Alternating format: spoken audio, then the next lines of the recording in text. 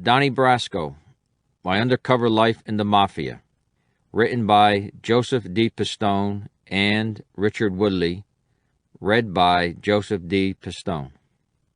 October 21st, 1980, at approximately 12:20 in the afternoon. Call was made by S.A. Joseph D. Pistone, utilizing the name Donnie Brasco, from telephone number 813-938 to telephone number 212-383. Individuals S.A. Pistone talked to were John Saraceno, a.k.a. Booby, and Dominic Napolitano, a.k.a. Sonny Black.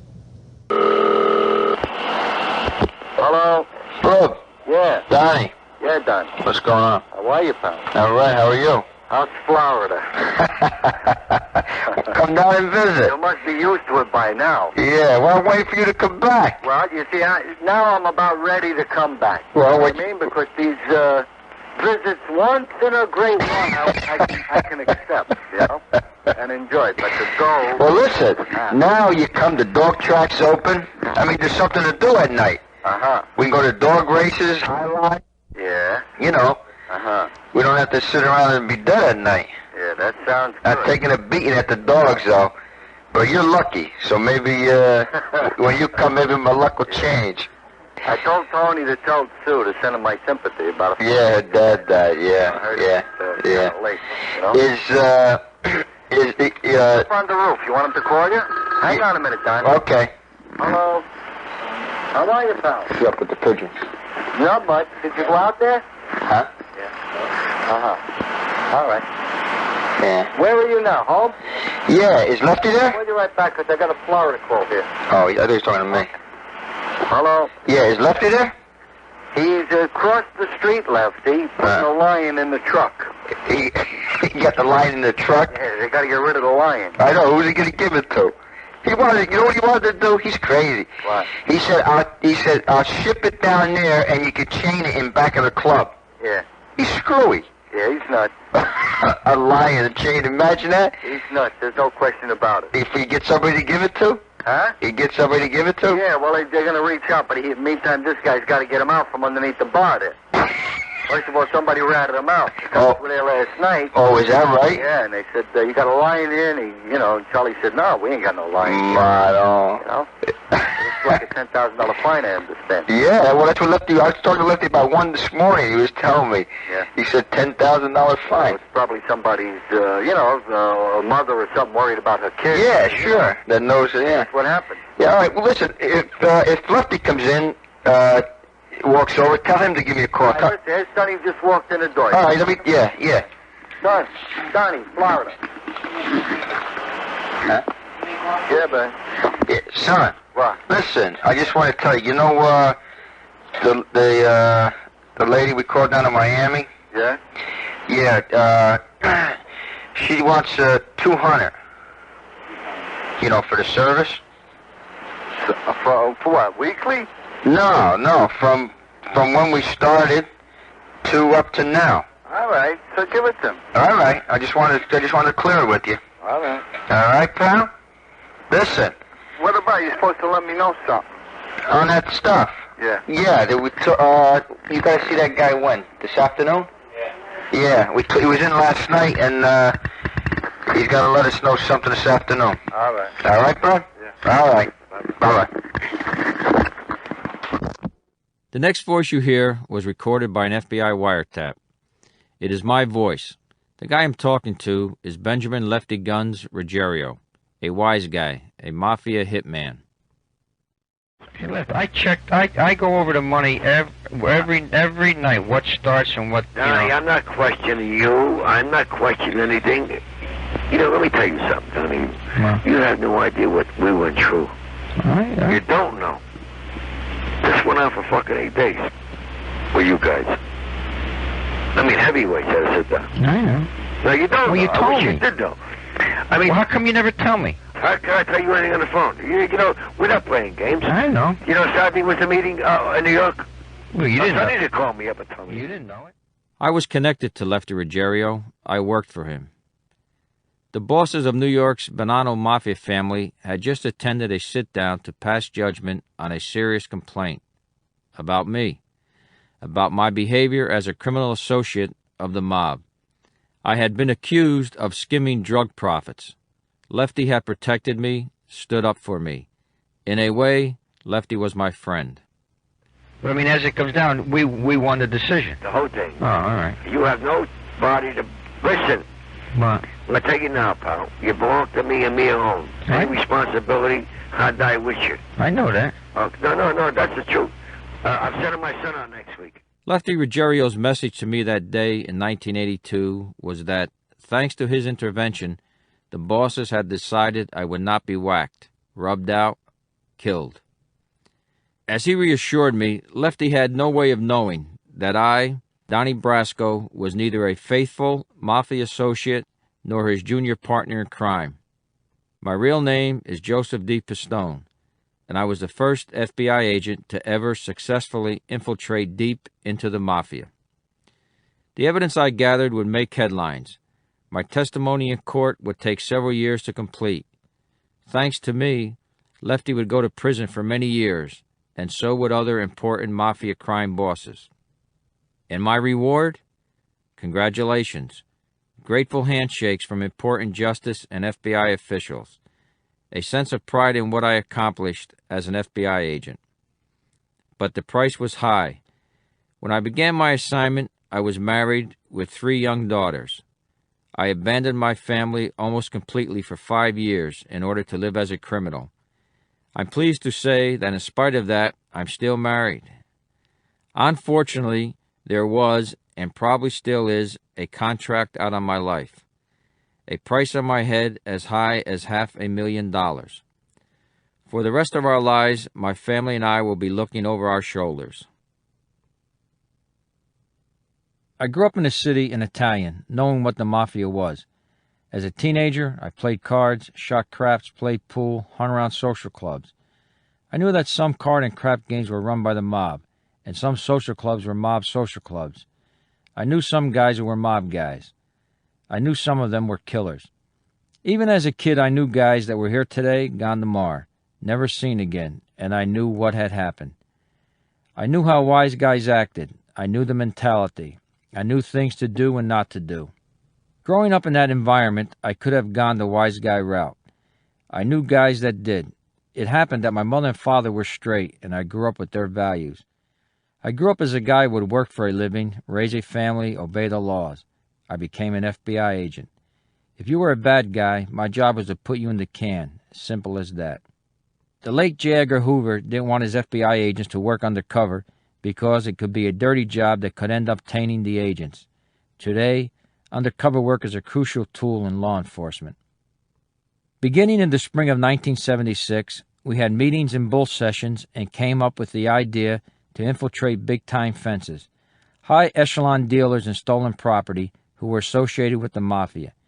Some of these fences were actual Mafia members, wise guys themselves. It was decided to make it a one-man undercover job.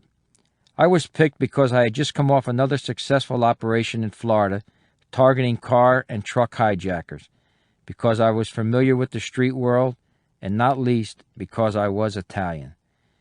The idea was, you bust the fences, you wound the Mafia. That was the extent of our aims in the beginning, just to get the fences. Being a jewel thief was my idea. I needed a specialty that allowed me to work without violence.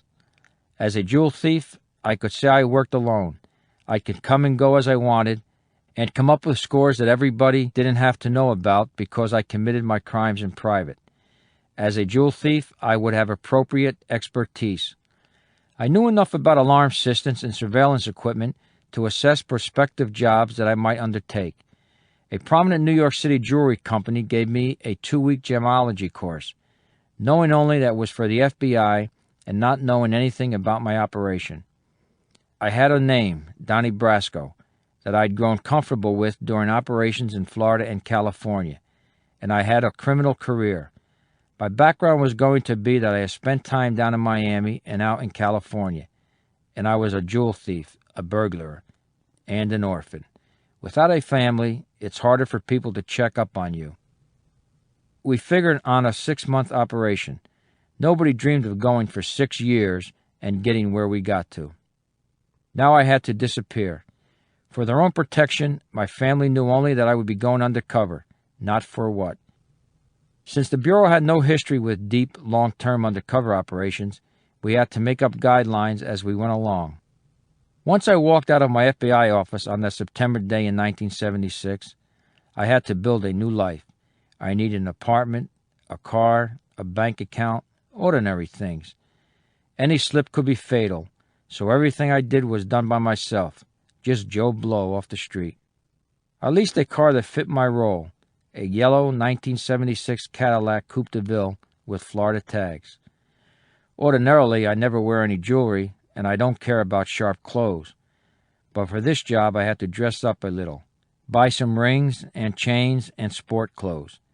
I opened a bank account and took a 1-bedroom apartment just a few blocks uptown from the most chic blocks of the city's Upper East Side. I was ready to hit the streets as Don Brasco, jewel thief and burglar. We had a list of places where wise guy-type fences were known to hang out. This was going to be a 7-day-a-week job, going around to these bars and restaurants and clubs. The target places were not necessarily mob joints. Sometimes they were night spots in restaurants owned in whole or part by the mob. More often, they were just places where wise guys and associates liked to hang out. I would cruise these places, mostly in Midtown or Lower Manhattan, have a drink or dinner, not talking much or making any moves, just showing my face so people would get used to seeing me. Places like the Rainbow Room in the RCA building in Rockefeller Center, separate tables on 3rd Avenue, Vesuvio Restaurant on 48th Street in the heart of the theater district.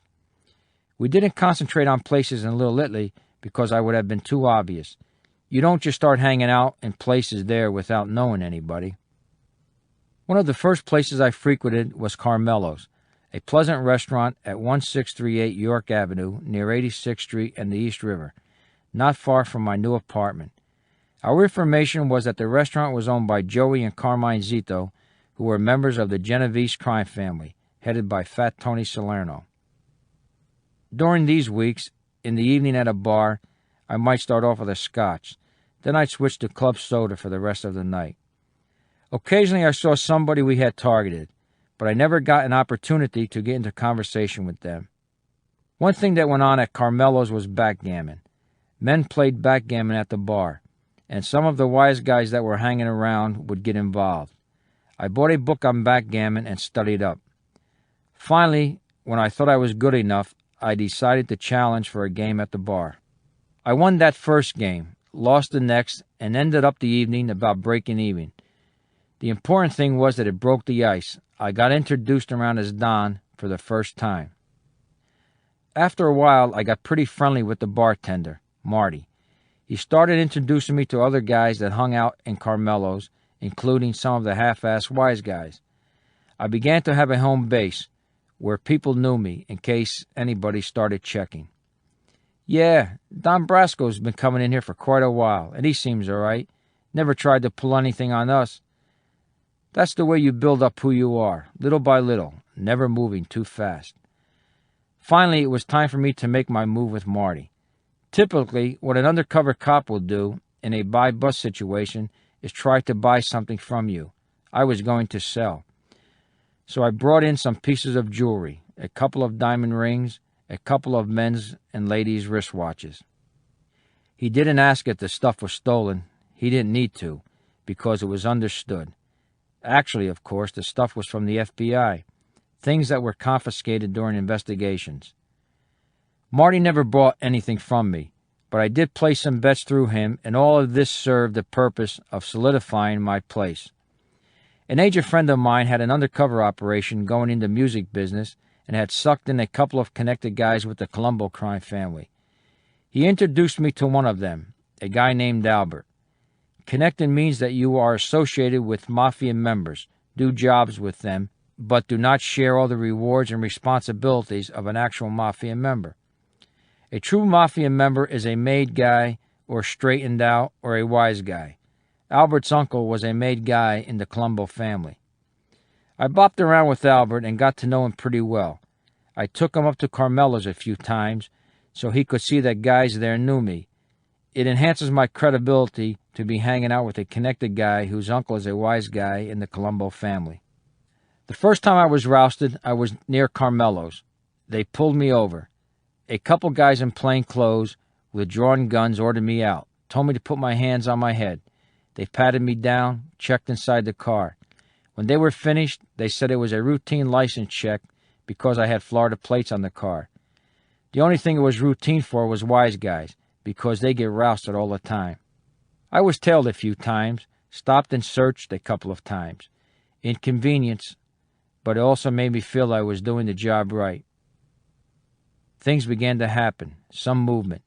Shortly after the first of the year, 1977, Albert and I went out bouncing, and we went to Hippopotamus, the popular disco at 61st Street and York Avenue.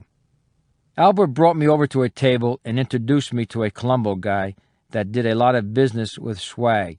Jilly, this is Don, a friend of mine. Jilly was maybe 5 years older than me, average build, 5'9", 160 pounds with dark hair, prominent nose. He headed up a crew that hung out mainly in Brooklyn. He said I should stop by his store.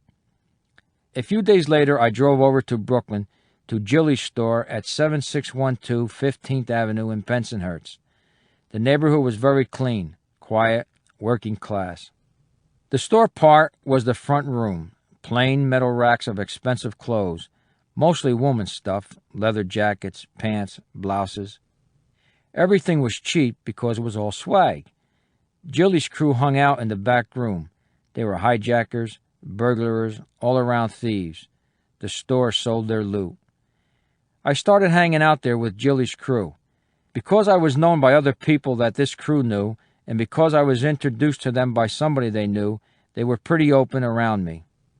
Although these were lower echelon guys in the mob, they always had something going. You name it, they stole it. Jilly's crew would hit warehouses, docks, trucks, houses. There was nothing they wouldn't consider stealing. They considered all the time. There wasn't 1 hour of one day that went by when they weren't thinking and talking about what they were going to steal. It was easy to get lulled by the daily routine with these guys. Most of the time it was boring. Just under the surface of the routine, there was always something lurking that could trip me up. While I was constantly taking mental notes in order to report relevant information to my contact agent, I had to be alert for traps. Most of these guys were, after all, killers. The FBI wouldn't let me actually go out on hijackings and burglaries because the crew went armed. The guys would ask me to go out on jobs with them. I would tell them, "Hey, packing a gun and all that stuff, that's too cowboy for me. I'll help you out later on with the unloading." And they had enough guys so that added me didn't mean anything. I wasn't spending all my time in Brooklyn. I kept poking around in other directions. While bouncing around the Manhattan night spots with the Colombo guys, I met Anthony Mirror. I knew who Tony Mirror was. He was a member of the Bonanno crime family. He had done about 18 years in the can for narcotics and other convictions, and he had only gotten out a year or so earlier. I knew that he was involved in anything and everything illegal to make money. Gambling, drugs, extortion, and muscle of the type that leads to business partnerships. I knew that he was a contract man, with maybe 25 hits under his belt. He was mean, feared, and well-connected, a good guy for me to know. I started hanging out with Mirror while I was still running with the Brooklyn guys. The Mafia is not primarily an organization of murderers. First and foremost, the Mafia is made up of thieves. It is driven by greed and controlled by fear. Working undercover, I was learning how even the toughest among them feared their superiors. There is a system of hierarchy, rules, and penalties that can terrify the toughest wise guy in the business. Everything is done to make money. Some violations may be excused if you're a good money maker. Murder is secondary, the tool of enforcement, the threat. You can be as frail as was old Carlo Gambino, the last real godfather, boss of bosses, before he died in 1976. But if by a simple nod of the head you have the power of death over anybody in your organization, There isn't a gorilla on the street who won't shake in his ballet shoes before you. The 5 major Mafia families are based in New York: Gambino, Lucchese, Genovese, Colombo, Bonanno. Joe Bonanno took over the family in 1931. He was forced into retirement in the mid-1960s. The Bonanno boss when I went undercover was Carmine Galenti.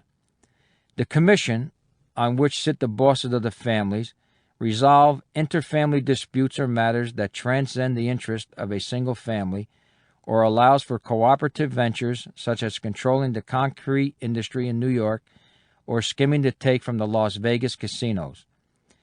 The commission also has to approve the execution of any boss by either a faction of his own family or by anybody else. Beneath each boss in a family, each level of the chain of command requires total respect from those below. Each family has an underboss, a consigliere, counselor, who mediates disputes and advises the boss, and a number of captains. Under each captain are the soldiers, the lowest level of made guys. In any family, there may be, say, 200 made guys and 10 times as many connected guys who are associated with the made guys but are not themselves made. If you are a connected guy in partnership with some soldier or captain, you are subject to many of the same rules as everybody else in the family. You have to give respect. You have to share your profits. But they don't necessarily share with you, and you are not entitled to the same respect and protection given to made guys. I was already identifying a lot of guys in the Colombo and Bonanno families and pinpointing their ranks. Whenever you pulled a score, you had to give a cut of it to whoever you were responsible to above you in the chain of command. Along with the strict chain of command and the requirement for respect for those above you, there was a strict code of discipline. The consequence for not adhering to the rules of profit sharing and respect was not getting kicked out of the Mafia, it was being whacked out. I was learning how it felt to be part of this system. I was learning to act accordingly. I was becoming ever more known and trusted, was in on their plans and activities, and so had to start abiding by the rules myself. I was in at the bottom. The only people lower than me by Mafia reckoning were ordinary citizens with 9-to-5 jobs and no mob connections. Anthony Mira was the nastiest, most intimidating guy I met in the Mafia. He went about 6'2", 210 pounds. He was a good money maker and a stone-cold killer. He was moody and unpredictable. You never knew what might set him off. Mira was a knife man. It was common for mobsters to carry knives instead of guns because they were often rousted by cops and didn't want to be caught with guns on them. Being caught carrying an unregistered pistol in New York means prison, but it was not common for everybody to use their knives the way Mira did. I was often told, if you ever get into an argument with him, make sure you stay an arm's length away because he will stick you. Even among mafioso, Mira was far from normal. We were at a bar in Fort Lee, New Jersey. Tony was talking to some guy on the other side of him, and I was listening. I moved my elbow and knocked over my drink, spilling it on the guy on my other side. Sorry, I say. Sorry don't clean my coat, the guy says. Why don't you assholes go back to New York where you belong? Hey, I said, I'm sorry. I get a bar rag from the bartender and wipe it up. Now this guy gets a drink, puts it on the bar, and knocks it over on me. Take your dumb ass across the river, he says. Nothing's going to appease this guy. I see Tony listen to this, getting that cuckoo look in his eye, his hand in his jacket pocket. Mira may be on the verge of pulling out his knife to stick this guy. I have to end it quick. I say, you want to step outside? Yeah. He gets up off his stool, and I give him a shot right there. Another guy jumps in. Mira smacks him. The first guy comes at me again. I clock him with a bottle. We scram before the cops come. Why didn't you just stick the cocksucker, Tony says. I was going to do it for you. Embarrassed? Yeah, I was. Here I am, an FBI agent, a 38-year-old man getting into a bar fight. I didn't even want to be in that joint with Anthony Mira, but because I was, that's the kind of thing that can happen. Often on Friday and Saturday nights, we hung out at Cecil's. I learned that Cecil's was one of the joints Mira had muscled in on. The owners paid him a weekly cut, a salary for the privilege of having him around. Sometimes he'd tell me to watch the bartenders and managers to make sure they weren't clipping the joint. I was sitting at the bar at Cecil's. A friend of Mira's, a guy I didn't know well, came up behind me to pat me on the back and say hello. He ran his hand down my back. "What the fuck are you doing?" I said as softly as I could manage. He grunted and walked away. I knew what he was doing. He was checking me for a wire. I saw him talking to Mira. Later I was in the men's room washing my hands. When I turned around, I bumped into the same guy. He quickly slid his hands down the sides of my jacket. I pushed him away. "I think you got the wrong guy, pal," I said. I just left him standing there. Mira was always hustling broads. Women were attracted to him, even though he treated them like dirt. He was never married, but he had a load of girlfriends, everything from bimbos to movie stars. When he wasn't hustling them, he was abusing them. He was just totally obnoxious. When a woman at Cecil's complained that her umbrella had been stolen out of the coat room, he said to her, "You think I care about a fucking umbrella? The thing for you to do about it is to get the fuck out of here and don't come back." Psychologists could probably have had a field day with Mira. For my part, he was a dangerous and necessary pain in the ass. Mira says to me, "Drive me uptown." What's the problem? I got to meet a guy that owes me money. He was collecting on one of his Shylock loans. We drive to a restaurant on First Ave. We go in and stand at the bar. Pretty soon this guy walks in, tough looking, about 30. He comes over to Mira and starts to open his mouth. "Don't," Mira says, holding up his hands. "Don't mention anybody's name or I'm going to smack you right here." My protocol is that if the guy says he talked to another wise guy about the situation, mentions another wise guy's name, then Mira would first have to talk to the other wise guy. So he wasn't giving this guy a chance to mention anybody's name. Mira says, "Let's take a walk." Now I'm worried. If Mira takes him out, this guy could end up in the alley next door. Mira would beat him up or stab him. It was one of those situations where, as an agent, I had to intercede. I say, "Hey, Tony, why don't you let me talk to this guy? Save you the aggravation. I'll take him out for a walk." He nods to me and shoves the guy toward the door. I take him outside. I say, "Look, I just saved you. I don't want to see you get killed, but next time it ain't going to be that easy. When we go back in there, you say, 'Tony, can I meet you tomorrow and give you the money?' And you better have it for him tomorrow, because I might not be around tomorrow. And you act scared, like I gave you a couple smacks, because that's what I'm supposed to do." This tough guy is practically licking my hand because of his fear of Mira. We go back in, and the guy goes right up to Mira and says, "Tony, I'll give you the money tomorrow. Meet you anywhere you want. Okay? Okay? The kid convinced you?" Mira sometimes called me the kid. "Tomorrow, right here." Lefty Ruggiero had a little storefront social club similar to dozens of others in Little Italy. Coffee, booze, card tables, TV. Downstairs was another room for more serious card games. Members only, men only. Associates of Lefty and the Bonanno family only. It was a place to hang out. In the back of the room was a phone and table, a place to take bets. Lefty was a bookie. Sometimes Mira wasn't there and I would bullshit with Lefty, chat about sports and what teams were hot to bet on. I began placing a few bets on baseball and horses, and on football when the pro exhibition season started. $50 to $100 just to help me be accepted. We started to develop a relationship. Lefty started calling me Donnie instead of Don, and that's what everybody called me from then on. The daily routine at Lefty's was not much different from what it was at Jilly's in Brooklyn, except that it was more of a real social club, not a store. After about 2 weeks, Lefty asked me how I made money. By then I felt comfortable, not like I was rushing anything, so I told him I was a jewel thief and burglar. "My son-in-law Marco is in that line," he said. "Maybe you guys can get some things going together." "I usually work alone, Lefty," I said, But if there's a good score and I like it, there's always a possibility. For a while, it was like a testing period. I just bided my time and didn't push my nose into anything. Lefty started hitting me up for loans every now and then.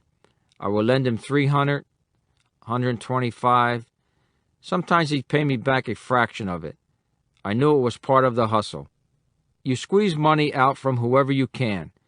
Also, my lending him money was an indication that I was making money. So as not to seem like a patsy, I never give him all he asked for. Lefty suggested I come down to the club some nights. There were crap games or 3-card Monte games in the neighborhood. Some of them were heavy duty. Mainly I just watch. Guys could be winning or losing $100,000, too steep for me on an FBI budget. Lefty ran the bookmaking operation for Nicky Marangello, the underboss of the Bonanno family. He began regularly having me drive him around to make collections and payoffs on the betting operation. His fortunes varied widely in the betting business. A couple of weeks ago, I got beat $13,000 for the week, he said. Last week, I booked $52,000 and my losses were only $1,750. One afternoon, he had to run off somewhere, and he asked me, "You want to handle the phone while I'm gone?" So I started taking bets over the phone for Lefty. Lefty was very different from Mira. He talked a lot and was excitable. He had a big reputation as a killer, but on a daily social basis, he wasn't as likely to inflict damage. Lefty and Mira were both soldiers, but under different captains. Mira was under Mickey Zaffarano until he died. Lefty was under Mike Sabella. Sabella owned a prominent restaurant on Mulberry Street, Casa Bella. Occasionally, we went there for dinner. Lefty introduced me to Sabella, a short, paunchy man with baggy eyes. "Mike, this is Donnie, a friend of mine." Nicky Marangello, the underboss, stopped by Lefty's club regularly. Called Nicky Glasses or Little Nicky or Nicky Cigars, Marangello was a small man with slicked back hair, thick glasses, and a sharp nose. He never smiled. Because of his thick glasses, he seemed always to be staring. Lefty introduced me to him. "Nicky, this is Donnie, a friend of mine." Marangello owned his own social club, called Toyland. It was Mira who first took me to Toyland, at 94 Hester Street, on the outskirts of Little Italy and Chinatown. Toyland wasn't the same kind of social club as Lefty's. It wasn't social. Guys talked to Nicky one at a time. Others waited outside. Mira pointed out some of the guys hanging around Toyland, and he referred to them as Zips. He said the Zips were Sicilians, being brought into the country to distribute heroin and carry out hits for Carmine Lilo Galenti, the boss of the Bonanno family. The Zips were effective because, although they were in the family, they were unknown in this country, no police records. They were set up in pizza parlors, where they received and distributed heroin, laundered money, and waited for any other assignment from Galenti. Unlike the American Mafia, Zips would kill cops and judges. The FBI knew there were Sicilians showing up, but until then we didn't know who was behind it or what these Sicilians were being brought in for. Several years later, my information on the Sicilians was put together with other intelligence, and a full-scale investigation was launched. It resulted in the huge Pizza Connection case in New York in 1986, the largest international heroin smuggling case ever. Eventually, Lefty started sending me to Toyland to report on weekly bookmaking operations to Marangello. There was no chit-chat, but I noticed that Marangello was looking me over. Other people were looking me over too, though I didn't know it then. In separate operations, both the New York Police Department and the FBI had Toyland and Casa Bella under surveillance during this time. I showed up in their surveillance photographs. The NYPD identified me as Don Brasco, an associate of the Bonanno organized crime family. Lefty and Mira both saw me as a potential good money earner, so jealousy developed. "Why are you so friendly with that fuck Lefty?" Mira would ask me. "He can't do nothing for you." "That Mira's a crazy rat bastard," Lefty would say. "He's nothing but trouble. You shouldn't be spending time with him." It was a dangerous game, being in the middle between these two guys. I thought that eventually I would have to choose, but as it turned out, I didn't have to. One afternoon, I walked into the club and Lefty said, "Donnie, I put in a claim on you. I went on record with Mike and Nicky. You're my partner now." "Hey, Lefty, that's great," I said. "Now, Donnie, this means that you have to start really listening to me, going by the rules. I'm responsible for you. You're responsible to me. I hope everything you say about yourself is true, because if you fuck up, we're both going to go bye-bye." Lefty began what he called his schooling of me. It began right away and never stopped. Lefty was fastidious. He told me to shave off my mustache and cut my hair. No real wise guys wear mustaches, he said, except some of the old mustache Petes. You gotta look neat, dressed right, which means at night you gotta throw on a sports jacket and slacks. He told me I have to show respect to all family members. That's the most important thing, he said, respect. The worst thing you can do is embarrass a wise guy. If you embarrass a captain or a boss, forget about it. You're history. When you're around a captain or boss, you didn't speak or join in the conversation unless asked to. Now, when a wise guy introduces you to another wise guy, he will say, "Donnie is a friend of mine." That means Donnie is okay, and you can talk in front of him if you want. But he's not a made guy, so you may not want to talk about certain business or family matters in front of him. That's the way I introduced you, see? When a wise guy is introducing another made guy, he will say, "He's a friend of ours." That means you can talk business in front of him, because he's a member of La Cosa Nostra. He told me that my activities had to be cleared through him, and any proceeds I made had to be split with him. You didn't use last names unless absolutely necessary. You didn't mess with a wise guy's wife or girlfriend. Since I was now a connected guy, but not a wise guy, I was not to argue or talk back to a wise guy or to raise my hands to one. When you're not a wise guy, Lefty said, the wise guy is always right and you're always wrong. You observed the code of silence about the family. You didn't put business on the street. You keep your nose clean and don't fuck up, he said. Obey the rules and be a good earner, and you'll be proposed for membership one day. Occasionally, I was still spending time with Tony Mira. Lefty whined about it, but as long as I split with him any proceeds of anything I did with Mira, it was okay. Mira was a late-night person anyway, and Lefty was not, so I could manage them both. I didn't want to cut myself off totally from Mira unless and until I had to. I was out bouncing with Mira and a couple other wise guys and their girlfriends. About 4 in the morning, we went for breakfast. Suddenly, Mira turns obnoxious with the waitress, bitching about cold eggs and bad service. He cranks it up, getting nastier, making a scene. Finally, I say, quietly, "Hey, Tony, she's doing the best she can." That sets him off worse. He leans across the table and says, "You shut the fuck up. You don't ever tell me what to say or not to say or how to act." "I don't mean to, Tony. I just thought maybe you could ease up on her." Then he launches into a tirade in front of everybody. "You fucking jerk off. You're nothing. You know that? You've got no power. You got no say. You think that fuck Lefty's gonna protect you? You're with me here, and you keep your fucking mouth shut if you want to keep breathing." I had to shut up because it was only going to get worse and go totally out of control. So I say, "Tony, you're right. I probably was out of line." But inside I was seething. I'm on the job here at 4 o'clock in the morning, doing the best I can in my role, tired, missing my family, and I have to take this shit in front of people in a restaurant? I had never allowed anybody else to talk to me like that in my life. If you're not a wise guy, you don't talk back to a wise guy.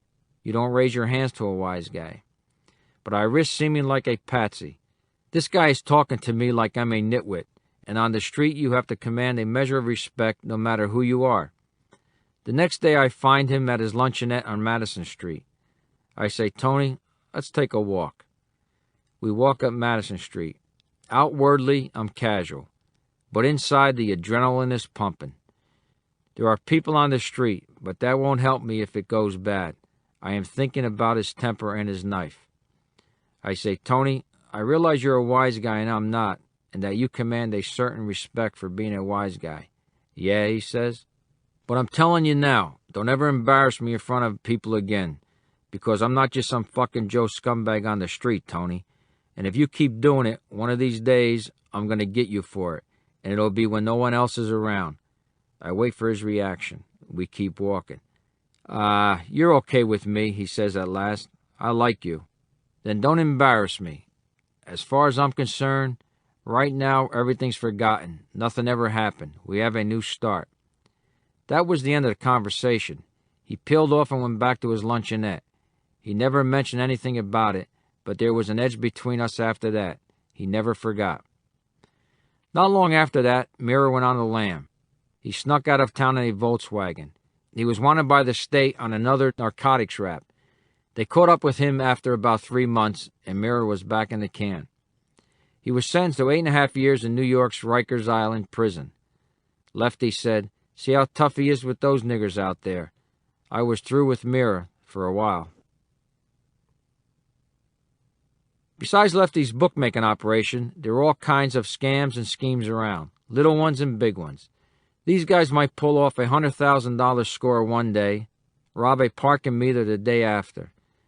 Anything where there's a dime to be ripped off. The key was in the number of scams. $200 isn't a lot, but if you're hitting up 50 scams for $200 apiece, you're making some money. We had counterfeit credit cards and stolen credit cards. You could always beat those once or twice before it got hot. They would go in with these cards and buy a lot of electronic equipment that they could sell. A guy named Nick the Greek regularly supplied Lefty with manifests of cargo ships docked over in Jersey. Lefty would have stuff stolen to order. He showed me the manifest so I could check through them and see if I wanted to buy anything: radios, luggage, clothes. He and his crew could provide all kinds of phony documents. He had a guy in the Department of Motor Vehicles who supplied him with blank driver's licenses. You just had to type in the information. One guy paid Lefty $350 for 6 phony New York State driver's licenses and 6 phony Social Security cards. For settling a beef between owners of a company at the Fulton Fish Market, Lefty and 2 of his associates were given 20% of the ownership, plus a salary of $5,000 a month. "It's a shame," he told me after meeting with the other owners at his club, "that my shares couldn't be put in my name. Wise guys didn't like to show income or ownership of anything. The cars they drive are almost always registered to someone else. Lefty didn't file income tax returns." Like most wise guys, Lefty Guns Ruggiero still lived in the same neighborhood where he was born and raised. He lived in a big old apartment complex called Knickerbocker Village on Monroe Street, a few blocks south of Little Italy. A lot of wise guys lived in there, including Tony Mira. Lefty invited me up there often. Lefty's apartment was a small one-bedroom on the 8th floor, overlooking the interior courtyard of the complex. He loved tropical fish and had several tanks of them. He had a big color TV and a VCR, and a cable connection into which he had tapped illegally, like all the wise guys, so it was free. He didn't have air conditioning. Lefty hated air conditioning. On the hottest, most humid days, he wouldn't let me turn it on, even in the car. He chain-smoked English ovals, which made the air everywhere he was worse, especially for a non-smoker like me. He was a great cook, any kind of food. I would go over there to eat a couple of times a week. Lefty had been divorced for a long time. His girlfriend, Louise, was a nice girl from the neighborhood. I got along good with Louise. She put up with a lot. Lefty had no sensitivity and sometimes treated her badly, just like he treated everybody else. But at the same time, he was protective of her and quite faithful. She had a full-time job as a secretary. You develop feelings for people, even in this job. Some of those people develop feelings for you, too. While you are allowing this to happen, you know that in the end, they are going to be hurt by what you are doing, and they don't even know who you really are. Lefty had 4 grown kids. I got quite close to Lefty's kids, really became a friend to them. They would come to me with their problems. His son Tommy, who was about 28, also lived in the building. He was a thief and had done some work for the family. Basically, he was a freelancer. But he also had problems with heroin. He was an on and off junkie. Lefty was continually asking me to talk to Tommy, get him straightened out. He wanted me to help keep him off drugs and to get him to settle down to work. Sometimes Tommy and I would be in Lefty's club in the early afternoon watching our favorite soap operas, like All My Children. Lefty would come in and see that and throw a fit. "Turn off them fucking soap boxes," he would bark. "You should be out stealing and looking for business. Come on, Donnie, get Tommy busy on the street." See, Donnie, I can't write this. If I could do this, I could do it tomorrow morning. I could practice. I'm not a good fucking speller. I won't. See, what you gotta go with too. You gotta practice the handwriting. You know? I know. You gotta practice the handwriting. Get it down, practice it, and then you can just fucking walk in anywhere. You don't need to go. I know that. That's some kind of a handwriting. That one. See, I know I'll fuck it up if I do it, Donnie. Yeah, I'm not good at fucking handwriting. I know I'll fuck it up. I mean, I'm terrible, I'll tell you that right now, with this kind of shit. I'm trying to think of a fucking show where I can know somebody. You gotta go with some kids or something. Yeah, I You can't know. go get a young a guy. You gotta get a young kid working.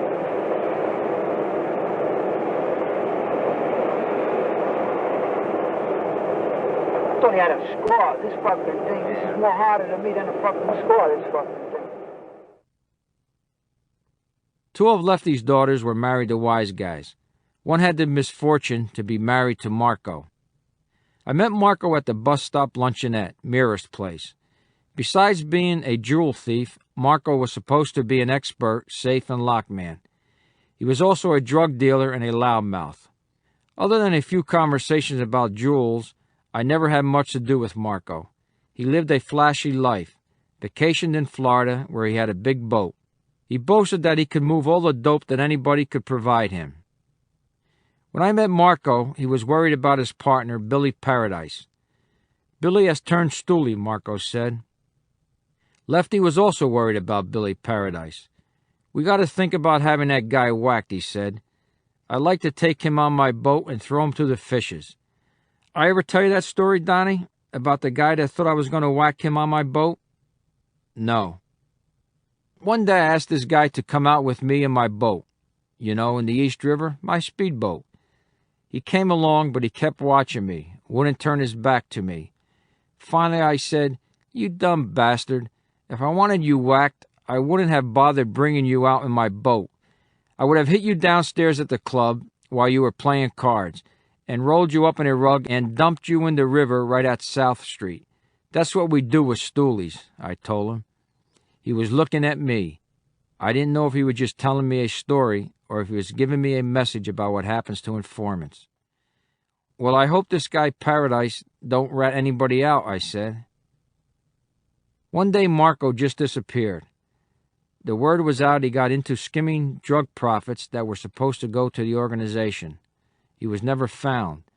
Word on the street was that the contract had gone to Lefty to whack his own son-in-law. But Lefty never said anything about it. Give me a call. What is Tony doing about this guy? Left, what can you do about the guy? You know, I can't get it to... Grab him by the throat. Well, if I start smacking him around, you know. I didn't say smack him around, but grab him by the throat. Give me the number, that's all. I'll take care of him. All right, but you take care of it. I'm coming out next Friday. How could you take care of everything? "You ever do a hit on anybody, Donnie?" Lefty asked. "I never had a contract, if that's what you mean. I killed a couple of guys, one guy in a fight, another guy that fucked me out of a score, and we got into a beef. That ain't a hit. If you kill somebody, you kill somebody. What's the difference?" "No, Donnie, you don't understand. It ain't that simple. That's why I gotta school you. Hitting a guy in a contract is a lot different than whacking a guy over a beef. On a beef, you gotta rage about the guy. But on a contract, you might have no feelings one way or another about the guy. It might not even concern you why the guy is getting hit. You got to be able to do it just like a professional job, with no emotion at all. You think you could do that?" "I don't see why not." "Yeah, well, we'll see. A lot of guys think it's easy. Then they freeze up and can't do it. Generally, you use a .22 caliber. A .22 caliber doesn't make a clean hole like some bigger calibers. Just right behind the ear. A .22 ricochets around your skull, tears everything up. Next time I get a contract, I'll take you with me, show you how to do it. What would I do if and when this situation came up?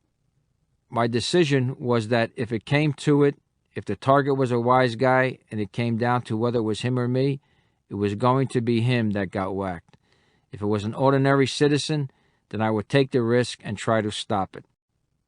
By midsummer of 1977, I was really becoming accepted and trusted and can move around easily. I knew most of the regular wise guys down on Mulberry Street. Not only Bonanos, but guys from other crews. I was given the familiar hugs and kisses on the cheek that wise guys exchange.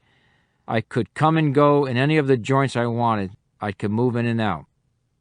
All during this time, I was passing on to the Bureau more intelligence about the structure of the Bonanno family and other families, how they operated, who was who, and what rank. Information on the Mafia nationwide. Intelligence we've never had before from an agent on the inside. The thing is, Donnie, you got to keep your nose clean, Lefty told me. You got to be a good earner and don't get into trouble. Don't offend, don't insult anybody, and I'll propose you for membership. Now, the only thing is, they might give you a contract to go out and whack somebody. But don't worry about it. Like I told you, I'll show you how. You got the makings, Donnie. You're going to be a made guy someday. Lefty says, come on, we've got to go up to Sabella's. It's a hot July night. We go to Casabella, but we don't go in. There are 5 or 6 guys standing outside on the sidewalk. Guys I recognize as being under Mike Sabella. We stand on the sidewalk with these other guys. I asked Lefty, why the hell are we standing here? We're out here to make sure nothing happens to the old man. He's in there. The old man is Carmine Galenti, the boss of the Bonanno family. He just recently got out of prison. I look in the restaurant window, and I can see him sitting at the table reserved for big shots. He's hawk-nosed, almost bald, has a big cigar in his mouth. Sabella and a few others are seated with him. What's the big deal, I say. What's going to happen to him? Things are going on, he says. There are a lot of things you don't know, Donnie, things I can't talk about. You don't know how mean this guy is, Donnie, Lefty goes on quietly. A lot of people hate him. They feel he's only out for himself. He's the only one making any money. There's only a few people that he's close to, and mainly that's the Zips, like Caesar and those that you see around Toyland. They're as mean as he is. There's a lot of people out there who would like to see him get whacked. That's why we're here. So here I was, an FBI agent, worried about getting whacked myself on this sidewalk on Mulberry Street because I was trusted enough by these mobsters to be standing guard over the feared boss of the Bonanno family. The Bureau had started other undercover operations around the country. We could use my new mob credentials to establish credibility of other undercover agents in some of these other operations. I could be brought around to vouch for these other agents, attest that they were good bad guys. Bad guy targets of these other operations would check me out. I'm a friend of Lefty's in New York. It would be easy for me to do this if I wasn't based in New York City, under Lefty's thumb and eye on a day-to-day basis. If I moved someplace else while remaining Lefty's partner, I could more easily slip around to these other undercover operations without having to ask permission to go out of town and without having Lefty knowing of my every move and questioning me about it. Also, I could bring Lefty out to these other operations, introduce him, hope that he might horn in, establish a link with the Bonannos that would form a conspiracy under the law. I could still regularly come back to New York for 2 or 3 weeks at a time, continue to develop my association with Lefty, and maintain the partnership. The other consideration was my family. Earlier, I hadn't been too concerned about protection of my family. I would get home to our house in New Jersey maybe one night every 10 days or 2 weeks. I was also careful and covered my tracks. But by the fall of 1977, I was beginning to think that if I continued to get deeper into the mob, eventually my family was going to have to move away. There was always the chance of momentary carelessness that could be disastrous. The FBI then had 52 offices throughout the country. They gave us the choice of 5 areas in which to relocate. My wife and I picked an area. For me and my colleagues in the Bureau, there had been no expectation that this job would go on so long. Now there was no guess at how long it would continue. What started with the idea of getting to fences had become penetrating the Mafia in Little Italy and now had evolved to me representing the mob in other places. The FBI had a couple of situations in San Diego and Los Angeles that they wanted me to look into. I told Lefty I had decided to go back to California, where I had supposedly spent a lot of my earlier jewel thief life for a while. You know, Left, I said, I'm not making all that much money here right now. Why don't I go out there and start making some good scores, you know, and come back and forth. You could even come out there, hang out for a couple weeks, see if we couldn't get something going. He thought it was a good idea, so I took off for California. From then until the spring of 1979, I used my mob connections to help the FBI establish other undercover operations around the country. I spent the longest time in Milwaukee, assisting a friend, Agent Tony Conte, set up a sting operation aimed against the Mafia family headed by Frank Balistreri. By using my connections with Lefty, Mike Sabella, and eventually Bonanno underboss Nicky Marangello, Tony and I maneuvered a small vending machine company into partnership with Balistreri. He was the first Mafia boss I ever met. I even went to dinner at his house. The operation gave the FBI the evidence they needed to prosecute Balistreri, but they couldn't do it immediately without compromising my undercover role. In the meantime, the FBI didn't want to run a vending machine company. Agent Conti supposedly skipped town without making payments due to myself, Lefty, Sabella, and Marangello. Since I had introduced Conti to the Bonanno family, I was blamed. But I wasn't punished. I was put on probation. Mike Sabella gave me the cold shoulder. But since I wasn't a made guy, I was excused for a couple of errors in judgment. Lefty never let me forget how I let Conti and $200,000 get away. For the next few months, I moved around the country, ostensibly checking out scores for Lefty and me. I was in Miami in July when Lefty called and told me to go out and buy the New York papers. You'll be in for a big surprise, he said. This guy here says that we're run by the Gambinos. They got my name in it? No. The Bonannos, he said, is, after the last hits, he said, I was doing the game. That's good. Want to read it? Carmine Galenti had been hit. When I used to stand guard for him with Lefty outside Casabella, I worried about getting whacked. Now there was the Bonanno family boss on the front page, lying dead on his back in a pool of blood, his cigar still clenched in his teeth. He had been shotgunned to death by 3 men while having lunch in the rear courtyard of Joe and Mary's Italian-American restaurant on Knickerbocker Avenue, the street where the Zips hung out, in the Bushwick section of Brooklyn.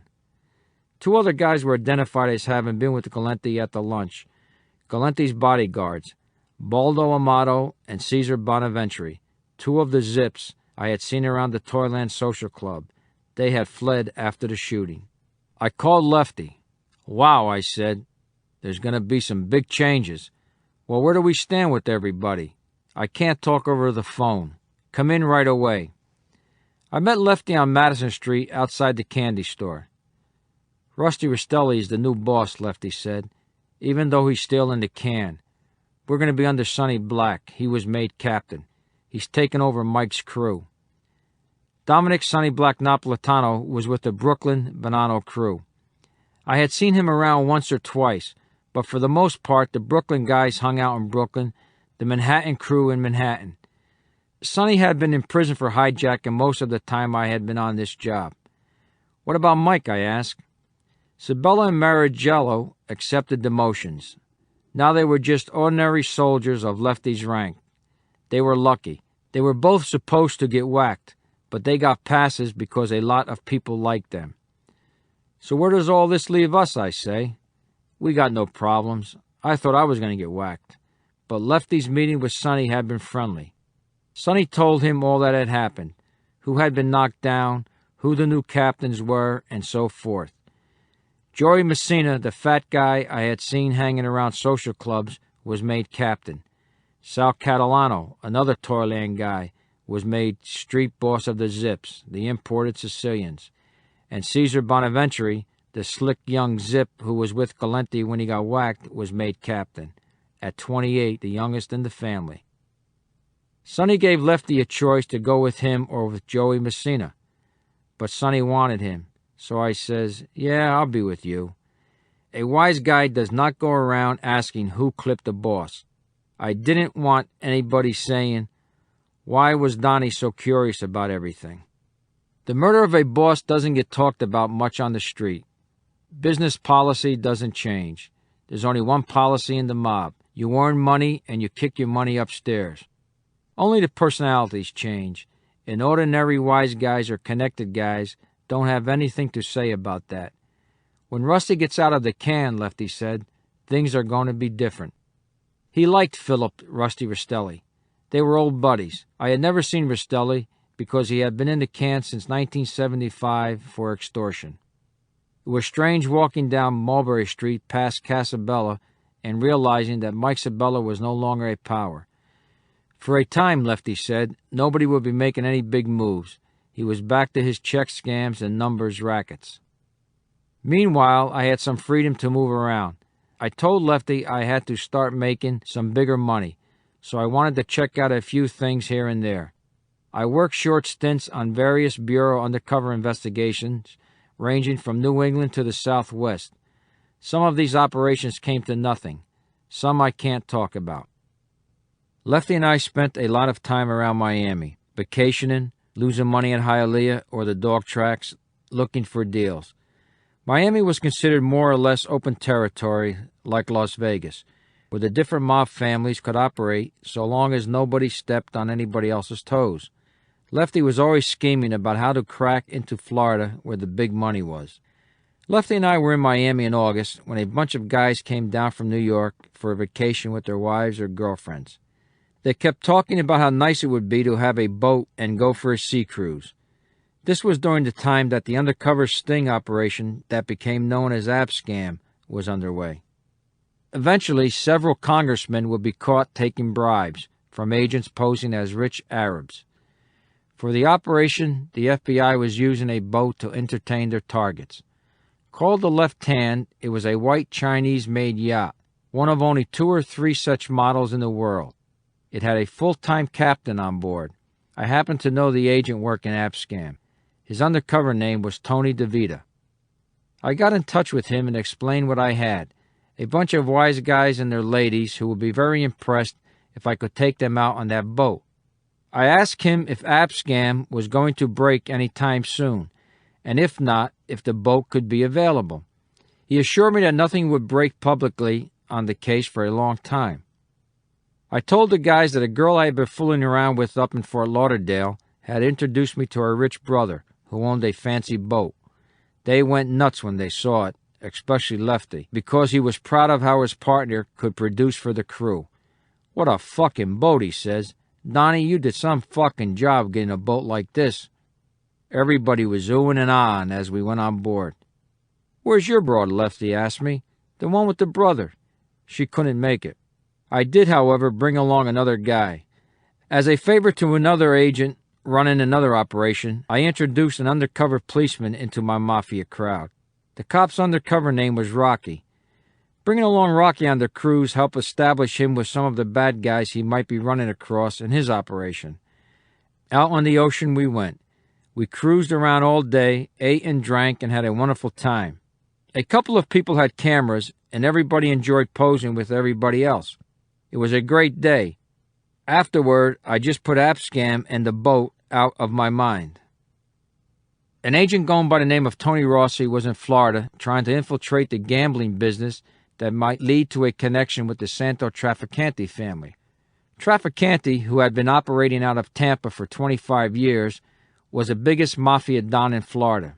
He ran gambling casinos in Havana until Castro came to power, and achieved a lot of public notoriety when he admitted participating in a CIA plot to assassinate Castro during the Kennedy administration. Rossi got a job as an enforcer, a strong-armed guy protecting card games. After a few weeks of this, Rossi and the supervisor, Tony Daniels, decided that things weren't moving fast enough. Tony Conti joined Rossi, adding his experience from our operation against Balistrieri in Milwaukee. They came up with the idea of opening a nightclub. The operation, using the nightclub as a way to get to Trafficante, was codenamed Project Coldwater. In the fall of 1979, they rented a club in Holiday in Pasco County, 40 miles northwest of Tampa, on busy U.S. Route 19. It was a building on 5 acres that had been a tennis club with 6 tennis courts. They named it King's Court. Rossi was established as owner. So that King's Court didn't have to deal with the liquor authority, it was a private bottle club that you could join for a membership fee of $25. People brought their own bottles and left them in little lockers behind the bar. They paid for setups. The front door had a peephole and signs saying, King's Court, Private Lounge, no blue jeans, members and guests ring bell to enter. They started running poker games out of a back room in the club, the house taking 5%. They paid off a member of the Pasco County Sheriff's Department for protection. They managed to entice in some local hoods who dealt in swag and drugs. Some half-assed wise guys began hanging out there, ex-Chicago guys, ex-New York guys. They indicated that they had big connections, maybe leading to Trafficante, but nothing happened. Conti suggested that maybe I could bring the Bonanos in and get something going with Trafficante. A liaison with the Florida boss, allowing them to operate in the area, would be just as interesting to the Bonanos as it was to us. Of course, because of our operation in Milwaukee, Conti had to pull out. His past had caught up with him. From the fall of 1979 through February of 1980, I gradually cultivated Lefty about King's Court. I told him a guy I had known from Pittsburgh had opened up a nightclub, and he wasn't connected with anybody, and he was getting hassled by half-assed wise guys. There was a possibility that we could move in. Lefty was interested. How much money can we get from this guy, Donnie? Lefty asked me. We got to get at least $5,000 on my first trip, because first I got to get permission from Sonny to come down, and if he gives me the okay, I got to give him $2,500. Then out of the other $2,500, I give you your end. Yeah, I'll make sure. But I tell Rossi, Tony, we aren't giving him $5,000 up front. Most we give him is $2,000. He'll push, but don't worry about it. In March, Lefty made his first trip down to King's Court. Rossi and I picked him up and took him to Pappas' restaurant, a popular Greek place in Tarpon Springs. Donnie, Lefty says, tell Tony to tell me what the situation is. I asked Rossi to tell him. He tells Lefty about the club, the card games, the half-assed wise guys around the club. He says that a couple of ex-New York guys named Jojo Filippelli and Jimmy Aquafrida did some jobs around the club and talked about having heavyweight contacts. They talk about being New York wise guys, but they don't come up with anything, Rossi says. I want to get some things going, maybe over in Orlando, too, because I got a DA in my pocket. But I don't want these guys to move in on me because they can't produce. Since nobody put up any money and you got no partners, Lefty says, that means you and I can form a partnership. Anybody asks, you say I invested $15,000 in this joint. The rule is, once a wise guy puts money into a club or operation, he is a partner, and no other wise guy can muscle in, because he'd be taking the earnings from another wise guy. That's the protection you have with a wise guy partner, the peace of mind you pay for. We went down to King's Court and sat at Rossi's round table in the back. Rossi brings Aquafrida over to the table and introduces him. Supposedly he's a tough guy, but his face is flushed and he seems nervous when he sits down opposite Lefty. I'm here for a few days, Lefty says, to visit my old friend Tony here, my partner. I just put a bundle of money into this club. Tony can tell you about that. I'll come down here once in a while to make sure everything goes smooth. I got 16 guys in my crew in the Miami, Lauderdale area. They'll be keeping an eye on things, too. Any problems about the club, I can be contacted in New York. Aquafrida nods respectfully and returns to the bar. Jojo gets the same treatment. You won't be bothered now by nobody, Lefty says to Rossi. He turns to me. Okay, Donnie, let's talk about money. Tell Tony how much money is he going to give me. Tony and I go outside. Whatever we say he makes in a week, Lefty's going to take half. We have to give him enough to keep him interested. If we played it right, I knew Lefty would bring Sonny Black down, and we'd have a chance of getting something going with Santo Trafficante. We stay outside enjoying ourselves long enough to have discussed this. Back at the table I say, Lefty, he takes $500 a week, and he says he'll give you $250 a week. Okay, tell him that I'll accept $250 a week, which he should mail every Wednesday so I get it by Friday, plus the $5,000. But Tony and I agreed only to give Lefty $2,000.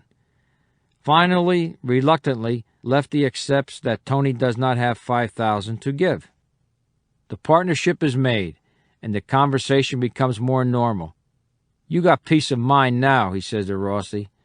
Lefty says he will contact the right people to clear the way for Rossi to expand operations into Orlando and other parts of Florida. Lefty went back to New York. A week later, the day after Easter, Sonny sent him back down to dictate an official partnership agreement. Tony's got to understand one thing. He's got to put money aside. In other words, where's he taking on? $300 a week? He takes down $250 a week, $225. Got to put it aside. We got to come out there. Now, suppose I want to come out there and they sit up to you guys the same coming week. You understand? Yeah. The hotel is $30 a night. He's going to lay us out. He has to. Me, I'm talking about. I understand. I'm your man. That's what I want you to put across then. See, the question is this. Here's the gimmick. You can't cry poverty your people. I'm his partner, you're my partner. We share alike. You come to my home, we share it. I come to your home, you gotta share it. Forget about this bullshit dinners and stuff like that. We were establishing ourselves in King's Court as part of the local underworld scene. Rossi was taking me around and letting people know that I was his New York guy. I had to prove myself right away to both New York and Florida people so that I could have freedom to operate. He took me to a restaurant called Joe Pete's Riverboat. Joe Pete was an ex-New Yorker, a half-assed tough guy who bragged about his connections and his Italian food. He also ran a gambling operation. We sat down in the restaurant and were eating when Joe Pete came over from the bar. "Tony, how you been doing? Good to see you." Rossi says, "Joe, like you to meet Donnie. He's my new partner. He's from New York." "Oh, yeah?" Joe Pete says. "He went into the who do you know that I know game." I had a cold and my voice was hoarse. Rossi and I kept eating. Joe Pete says, "Geez, Donnie, you don't sound too good." "I don't feel too good. Maybe it's from your food." "What do you mean?" "I felt good until I started eating your fucking food. Now I feel like I'm going to die from this meal." He got very offended. "Why do you say a thing like that?" "I say what I gotta say. Your fucking food, I feel like I'm going to die from it." He got up. "Maybe you might die from something else." "Nah, just the food." We got a reputation. Out of the local woodwork came drug deals, swag deals, and connections. Lefty called from New York. He said that Sonny was very happy with how things were going with King's Court. He was so happy with the prospects that he was coming down to see it for himself on April 6th. Meeting Sonny Black was going to be a big test for me. I was better known now, considered more experienced and responsible, with fewer excuses for making mistakes. Sonny was a very important captain in New York. He had a reputation for being unusually tough and savvy, even for a Mafia capo. If I gave him any doubts at all, the whole case would come to a halt. If I played my part right, I might gain direct access to him without having to go through Lefty or anybody else, as I had to with Mike Sabella. Rossi and I met them at the airport, Lefty, Sonny, and Sonny's girlfriend, Judy. Lefty says, "Sonny, Donnie?" Sonny and I kissed each other. I say, "Sonny, this is Tony. He's with me." "Tony, Sonny." Sonny shook Rossi's hand. We took them to Malio's restaurant in Tampa for dinner and then to King's Court. Sonny, in his late 40s, was a sturdy 5 foot 7 inches, about 170 pounds, with a powerfully developed chest and arms. On his right arm was a tattoo of a panther. He was swarthy, with hair he dyed jet black. His face was fleshy, with rings under the eyes that made him look, depending upon his mood, either tired or menacing. When he fixed his dark eyes on you, either in anger or to give an order, he could freeze anybody. Everything dark about him got darker, and nothing was soft. Yet, in contrast to Lefty, Sonny had a laid-back style. He radiated confidence, control, and power, but not arrogance. He noticed everything. I paid close attention to everything he said. He had a reputation for personal loyalty, a guy who would kill you in a minute if you crossed him. After a tour of King's Court, Sonny took me aside to a table apart from the others. "Donnie, before I came here, I did some checking. Talked to some guys from downtown that know you. They say good things about you. Lefty says good things about you. They tell me you're the kind of guy, you do your business and keep your mouth shut, and don't bother people, and don't make a scene about anything. You're a good earner, and you're not flamboyant. I like that. From now on, you can report to me. You don't have to report to Lefty." "I'm flattered." "What do you want to do down here? Maybe some bookmaking and Shylocking?" "Good. Our people in New York will back it. How much do you need to start a Shylock operation?" "Maybe 25 grand. We'd also like to move into Orlando." "When we're ready here, then we can go into Orlando. Donnie, remember this. We can all earn. When we're doing business among friends, we all share everything equally, and we don't try to cheat each other. We got an army up in New York behind us.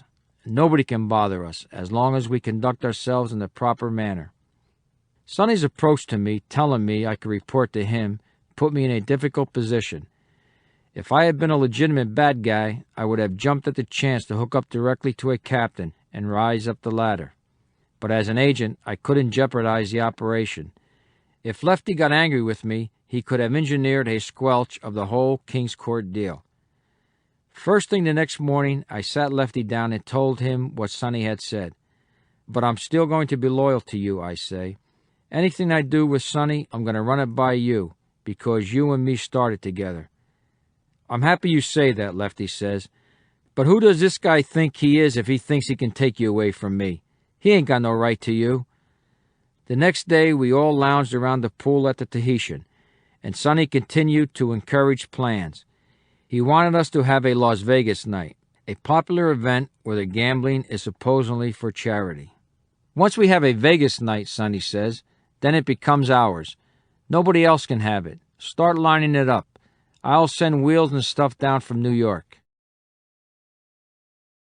We decide to have our first Las Vegas night on Friday, May 9th. Sonny sent down a roulette wheel, blackjack tables, cards, dice. We made up a sign saying that the proceeds would go to the Italian-American War Veterans Club. Captain Joseph Donnie of the Pasco County Sheriff's Office made one of his regular visits to the club. Donnie said that he would stay on duty during Las Vegas night to make sure there was no trouble. Rossi gave him $200 for the visit. We set up the club as a game room. In another room, we had a long table with a free buffet, cold cuts, salads. Sonny came down with Lefty and a couple of pros Sonny provided to work the games. Maybe 200 people came to that first Vegas night. Rossi had paid off the cop, Donahue, $400 to make sure we weren't hassled. We went all night. Sonny was pleased with the crowd and the performance and the few G's that he walked away with. It would help lead to a meeting with Santo Trafficante. He said we should make a deal with owners of other clubs, that we'd run Vegas nights in their clubs, and they could keep the liquor sales and a piece of the Vegas money. Sonny wanted us to try a lot of things. He asked me if I had any cocaine or marijuana connections in the area, because he wanted to increase his sources. He wanted us to keep our eyes open for outlets for plywood, paint, and counterfeit designer jeans that he had access to. He wanted me to check around and see if a numbers business would be a good idea, and if it was, he could send a guy down from New York to run it. I've already got a book set up for the football season, I say. I'm going to talk to Rusty about putting some family money in here, he says. I want to bring Stevie down to look at it, because he's handling the money for the family. It'll probably take a couple of weeks to get it. You'll have to pay it back at 1.5 points. Stevie Beef Canone, was a consigliere of the Bonanno family. Naturally, I would welcome a chance to meet him. When we were alone, Sonny says, "What's going on with Lefty? There's something wrong between him and Rossi." The night before Las Vegas night, we had all gone out to eat, and Lefty had invited some of the hostesses from the club. He ordered several bottles of expensive wine. Then he stuck Rossi with the tab. Sonny didn't like that. I have to be careful about what I say. I don't want him to think I give up a guy right away. On the other hand, maybe it's a good time to put a clamp on Lefty. I lay it off on Rossi. "Well, Sonny, Rossi's been complaining to me that Lefty's bleeding him too much. He doesn't mind the $250 a week, but all the other stuff, meals, trips. Tell Rossi that other than $250, he doesn't give Lefty any more money. You tell him he's only to answer to me." "Okay, I'll tell him." I didn't say anything to Lefty. I didn't want Lefty to dump Rossi, which he could have done easily. I couldn't appear to be ignoring Sonny's directive either. Rossi and I would just have to make it seem that Lefty had backed off on the money thing. Sonny was joined in holiday by his right-hand man, John Booby Sarasani, who came down from New York. Booby was taller and leaner than Sonny, balding at the temples, with a hawk-like face. He was quiet and smart, a chess lover. He was one mean fucker, very close-mouthed, a hard guy to get to know. If you got him to talk to you, he was all right. Sonny wasn't close to a lot of people. Booby was his confidant, capable of doing whatever was needed, which included watching Sonny's back. "I trust Booby," Sonny says, and that's it. The FBI had had Santo Trafficante under surveillance for some time. With the prospect of bringing the Bonannos together with Trafficante, Project Coldwater continued with surveillances and added electronic devices at King's Court. The club had hidden videotape cameras that could monitor the office and the private round table in the main room that Rossi used. There were bugs in the chandelier over the round table and in the telephone. Rossi's car had a Niagara tape recorder hidden in the trunk. I moved into a one-bedroom, second-floor apartment in a complex of 4-story buildings called Holiday Park Apartments, directly across Route 19 from King's Court, where Rossi also had an apartment. From my window I could see King's Court. My telephone was wired for recording.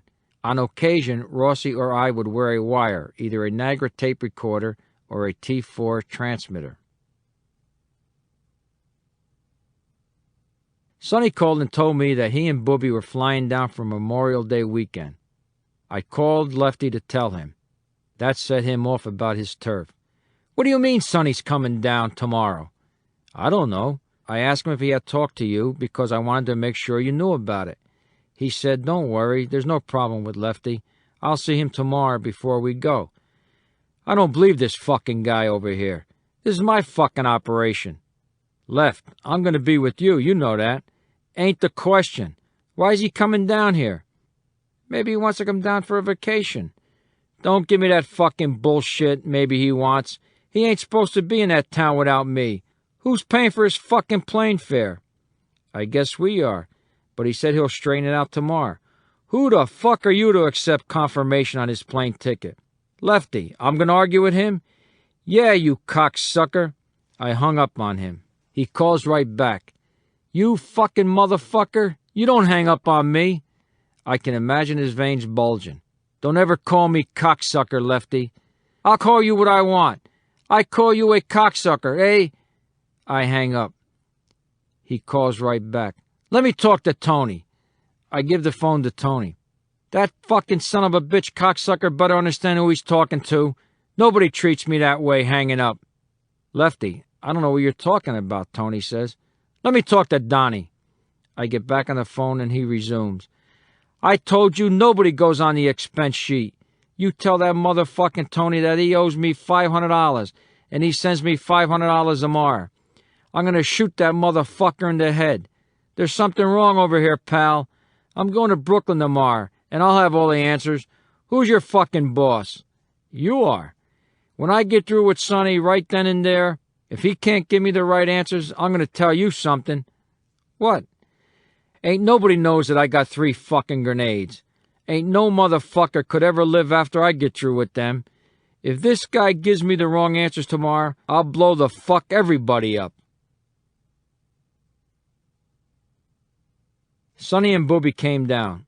They sat with Rossi and me in the lounge at the Tahitian. I had a Niagara in my boot. I don't want to get caught in the middle with Lefty, I say. I spoke to him, Sonny says. See, when I say to you, don't say nothing, don't say nothing.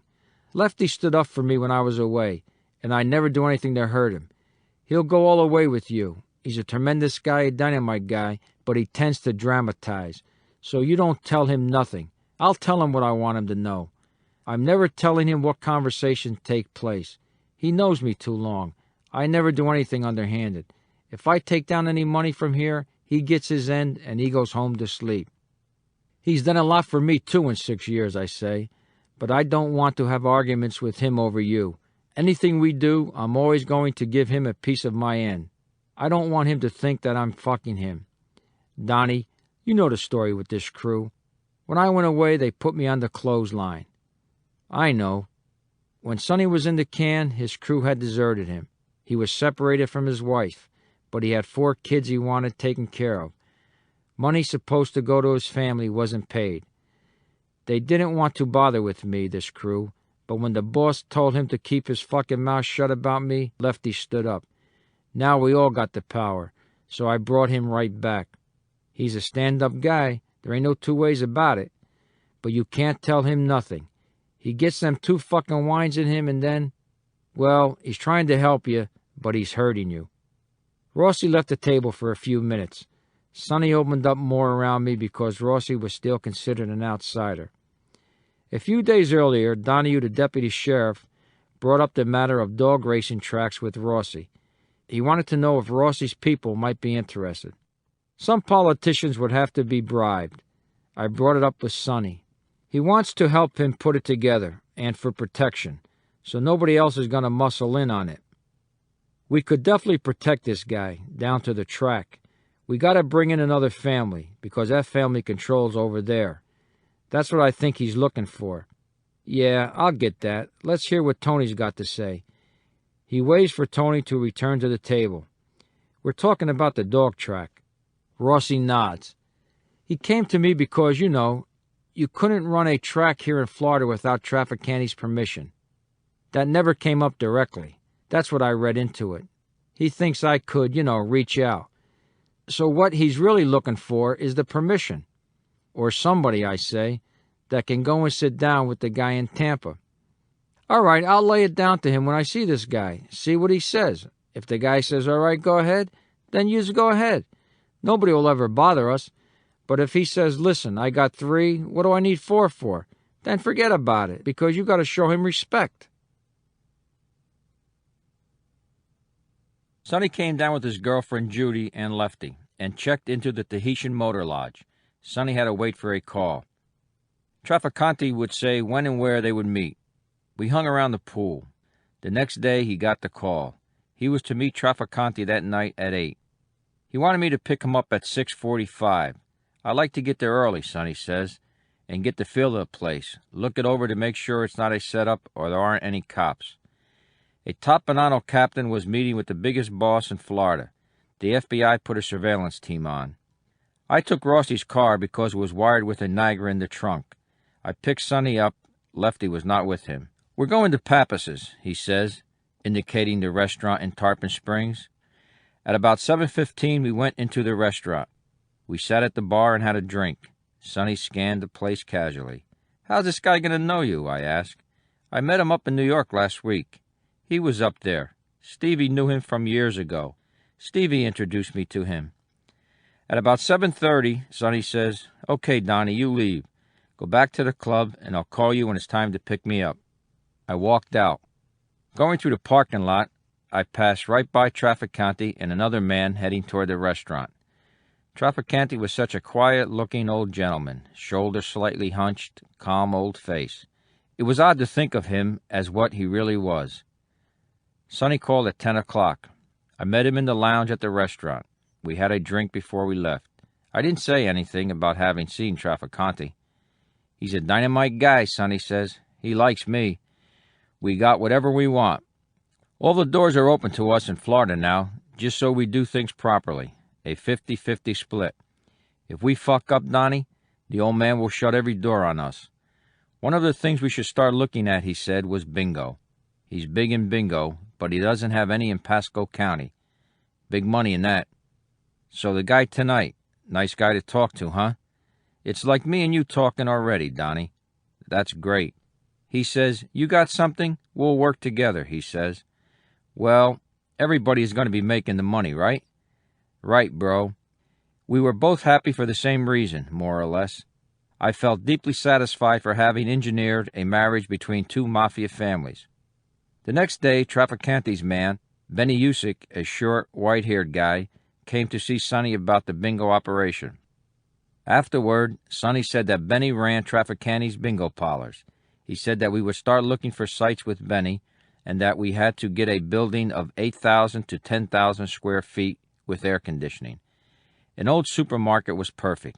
He said that we would supply the location and half the money to open it up. Trafficante would supply the equipment and know-how and the other half of the money. Sonny handed me $5,000, 50 $100 bills to put on the street for the loan sharking operation. He instructed us to keep the VIG, or interest, and reinvest the capital until it was built into $60,000 to $80,000. Then the split would be me, him, Booby, and Lefty, with Rossi getting a smaller share. For the time being, he says, don't make no loans of more than $500. You send $200 a month to Steve to pay back the family. Rossi and I recorded the series year and serial numbers of the bills and turned the money over to the case agents. Sonny, Judy, and Booby came down for the 4th of July weekend. On July 4th, Sonny had another meeting with Trafficante. Rossi and I drove Sonny over to Britton Plaza in Tampa, where Trafficante had one of his bingo parlors, which his man Husick wanted to show us. Husick took Sonny to the meeting. After his meeting, Sonny joined us at the Jack in the Box restaurant. He was in good spirits. He said that Trafficante liked the dog track idea, and he told Sonny that he would line up an attorney and an architect. They would be straight people, so we shouldn't discuss mob business with them, Trafficante had told him. We got to get things going, Sonny says, because the old man is expecting things to happen. There's so much fucking money in Florida that if the old man dies, I'll move right down there and take over the whole state. He said he was giving up 15 soldiers in New York, assigning them to other capos so he can concentrate on the big stuff in the Florida operation. We took a breather. Sonny, Booby, and I drove out of town to where they had water slides. They give you a little mat to sit on, and you climb the stairs 50 or 60 feet in the air and slide down this thing, maybe going 20 miles per hour, and you splash into a big pool at the bottom. We went down every which way, on our bellies, on our backs, making trains by locking hands and ankles with each other. We must have spent 3 or 4 hours going down the water slides, laughing like kids, taunting each other on who could go fastest. On Sunday, Sonny, Judy, Rossi, and I took a ride to Orlando so that Sonny could scout the area where he wanted to set up bingo and bookmaking operations, now with the support of the Trafficante organization. Then we went to Disney World. It was the first time Sonny had been any place like that. We spent the rest of the day, went on all the rides, visited the museums and exhibits, fooled around. We went to a shooting gallery where they had rifles and moving targets. Sonny was a pretty good shot, but Rossi and I were knocking the hell out of everything. You guys are fucking better shots than I am, he says. Where'd you learn to shoot like that? He could relax easier than Lefty could. Lefty was Mafia 24 hours a day. Mafia business was always intertwined with everything Lefty did with me. He would never let his guard down. Despite the fact that Sonny was more powerful and more dangerous, it was a relief to be with him. In restaurants or in public, he was a gentleman, not a loudmouth. I didn't have to carry his bags. Away from mob business, Sonny was just a regular street guy who could laugh and break chops. No business was discussed when we were having a good time. His girlfriend, Judy, was a good kid, a straight girl, sharp. She didn't know much about what he did. He never involved her in anything of the business. She was his main girlfriend. He had met her when she was tending bar at Casabella. She was another one of those outsiders that I was sorry about because of what would happen down the line. I got to explain to you how you stand, how to act. Well, that's what I want to know. I want to know, who are you? Well, what the fuck, what am I telling you?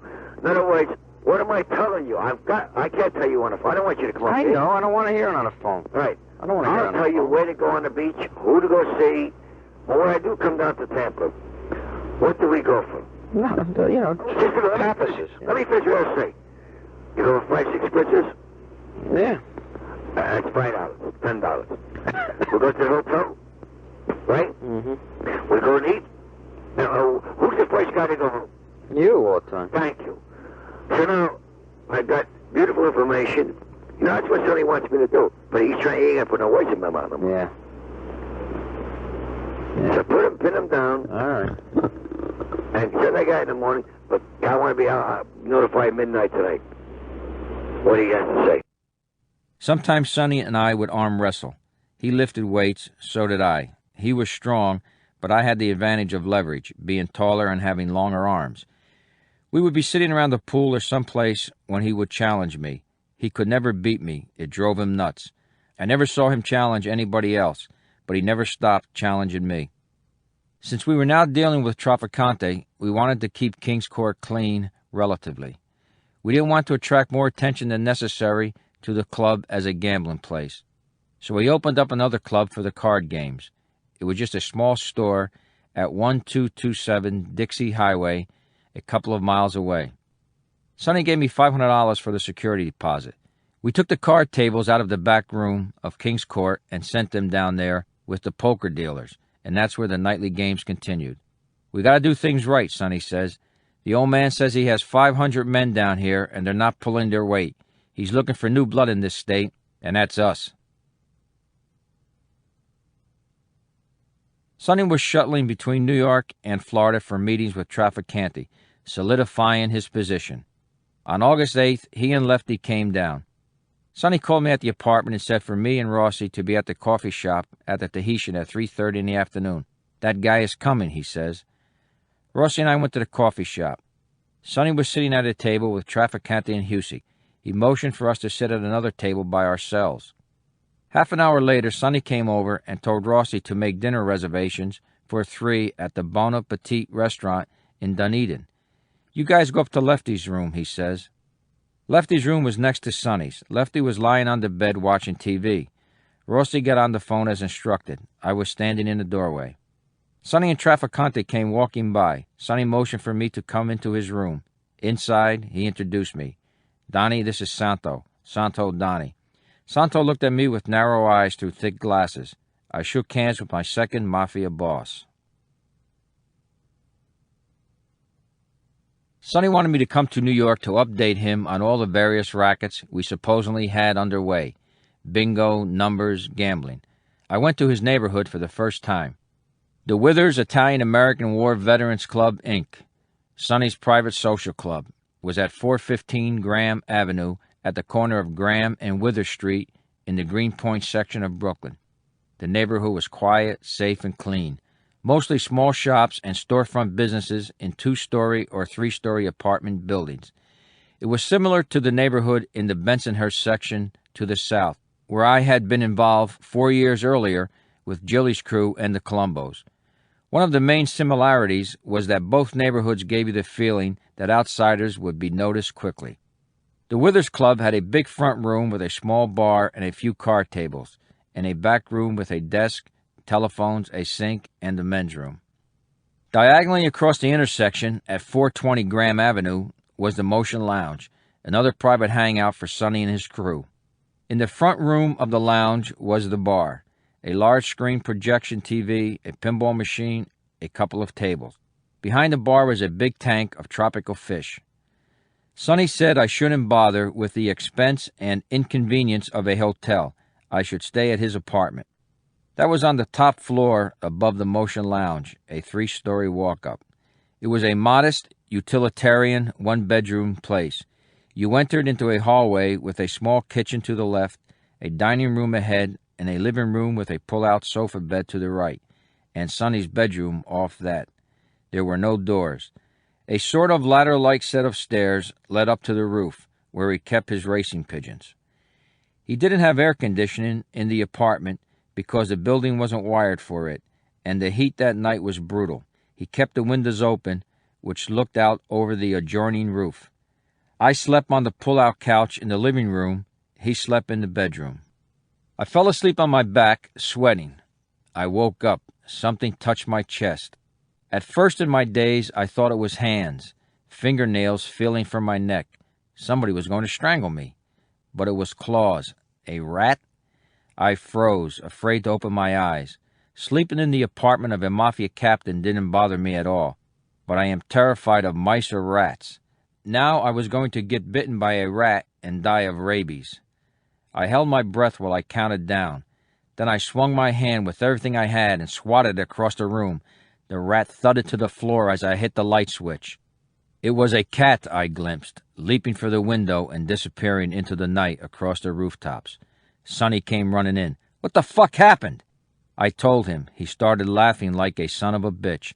"Big tough guy, scared of a fucking cat," he says. What'll I tell everybody this story? 100 point of breeze. I'm sleeping on a couch. All of a sudden, some's fucking walking out. What the fuck? I'm gonna get, I jump up and start. Cat. A fucking cat. I picked the fucking cat up and dropped it with it. Come in through the fire escape. That was me. I was more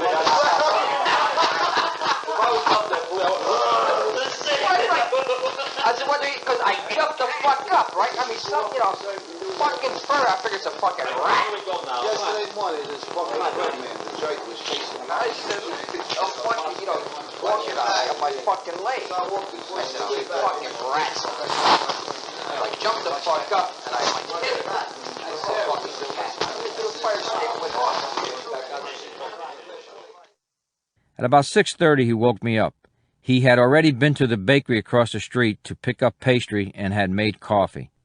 We sat around his kitchen table in our underwear, drinking coffee and bullshitting about the business. He had weights and a weight bench in his bedroom. We lifted weights together. We went up on the roof so he could show me his pigeons. He was proud of his racing pigeons. He loved to spend time on the roof. He had 3 coops. Both the roof of the building and the roof of his coops were topped with miniature white picket fences. He said he did some of his best thinking up on the roof taking care of his pigeons. He talked about mob politics.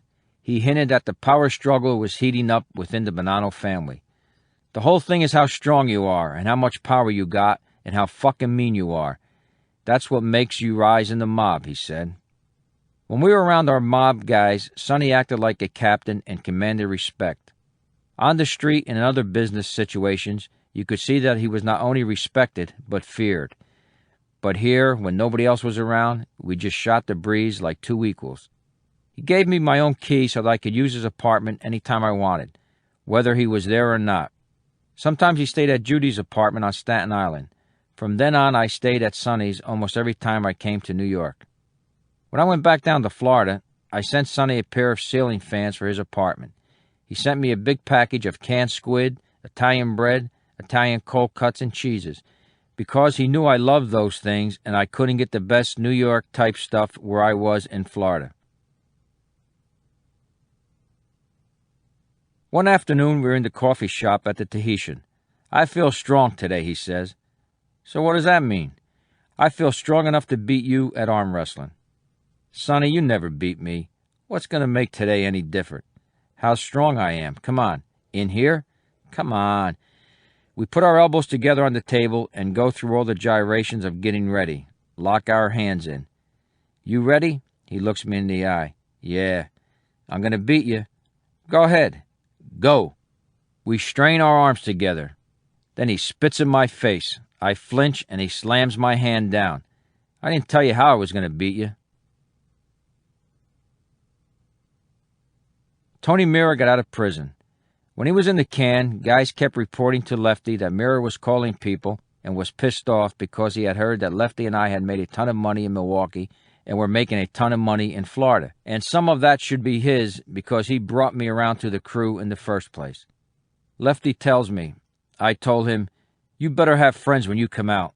I says, you better stop knocking people around, knocking their brains out.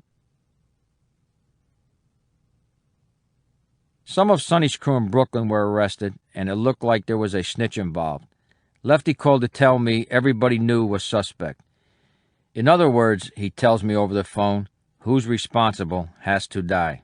They're not worried about Tony, are they? Let's put it this way. You're not, I'm not, but they are. We gotta go to his background. Okay, we got Rocky around us too. Rocky, the undercover cop I helped introduce into the mob world for a separate operation, the one who had gone on the boat trip with us, had a car business not far from New York City. I helped Rocky set up this business as a cover. When Tony Mira got out of prison, he started hanging out with Rocky. That put Lefty in a bind. Since I had introduced Rocky to him, Lefty felt that Rocky belonged to him and owed him a share of everything he did. At the same time, Lefty didn't want to have anything to do with Mira. He's hanging out with that stool pigeon, Lefty says, meaning Mira. I don't know what you're going to do with him. I don't know what's going on. This guy does something wrong. Donnie, you and I are going bye-bye. I know this guy is going to send us to our death. I got to talk to you about it. It put me in a bind, too, because I didn't know what was going on with Rocky and Mira either. I'll give him 3 pistols to my 1. And I'll meet him. Left, I know that. His mother's dead. He gives it up. He's a stone son of a bitch. He's a pimp. Low-life son of a bitch. But well, who the hell ended up taking him? Nobody took him yet. Nobody wants him. Jesus Christ. Nobody wants him. How can he make so much fucking trouble if nobody wants him? Ain't the question. Just come out of the can. Oh, I see. Fucking fag. Stone fag. And that's it. In other words, they're giving him respect because he just got out of the can. No, you don't get you don't demand. You got the respect for what he is. That's what I mean. Nothing else because he's out of the can. Guys, they still want to know how he come out. Yeah, I like to know too. That's a big secret, right? I want to meet him for one reason. I want to meet him. You point the phones out. You got a stool pigeon around you. You admitted to 14 different wise guys. The 13 wise guys don't know I'm calling them down. But I can't meet him to say that. Yeah. He doesn't know what I'm talking about. Yeah. But this son of a bitch is ducking me.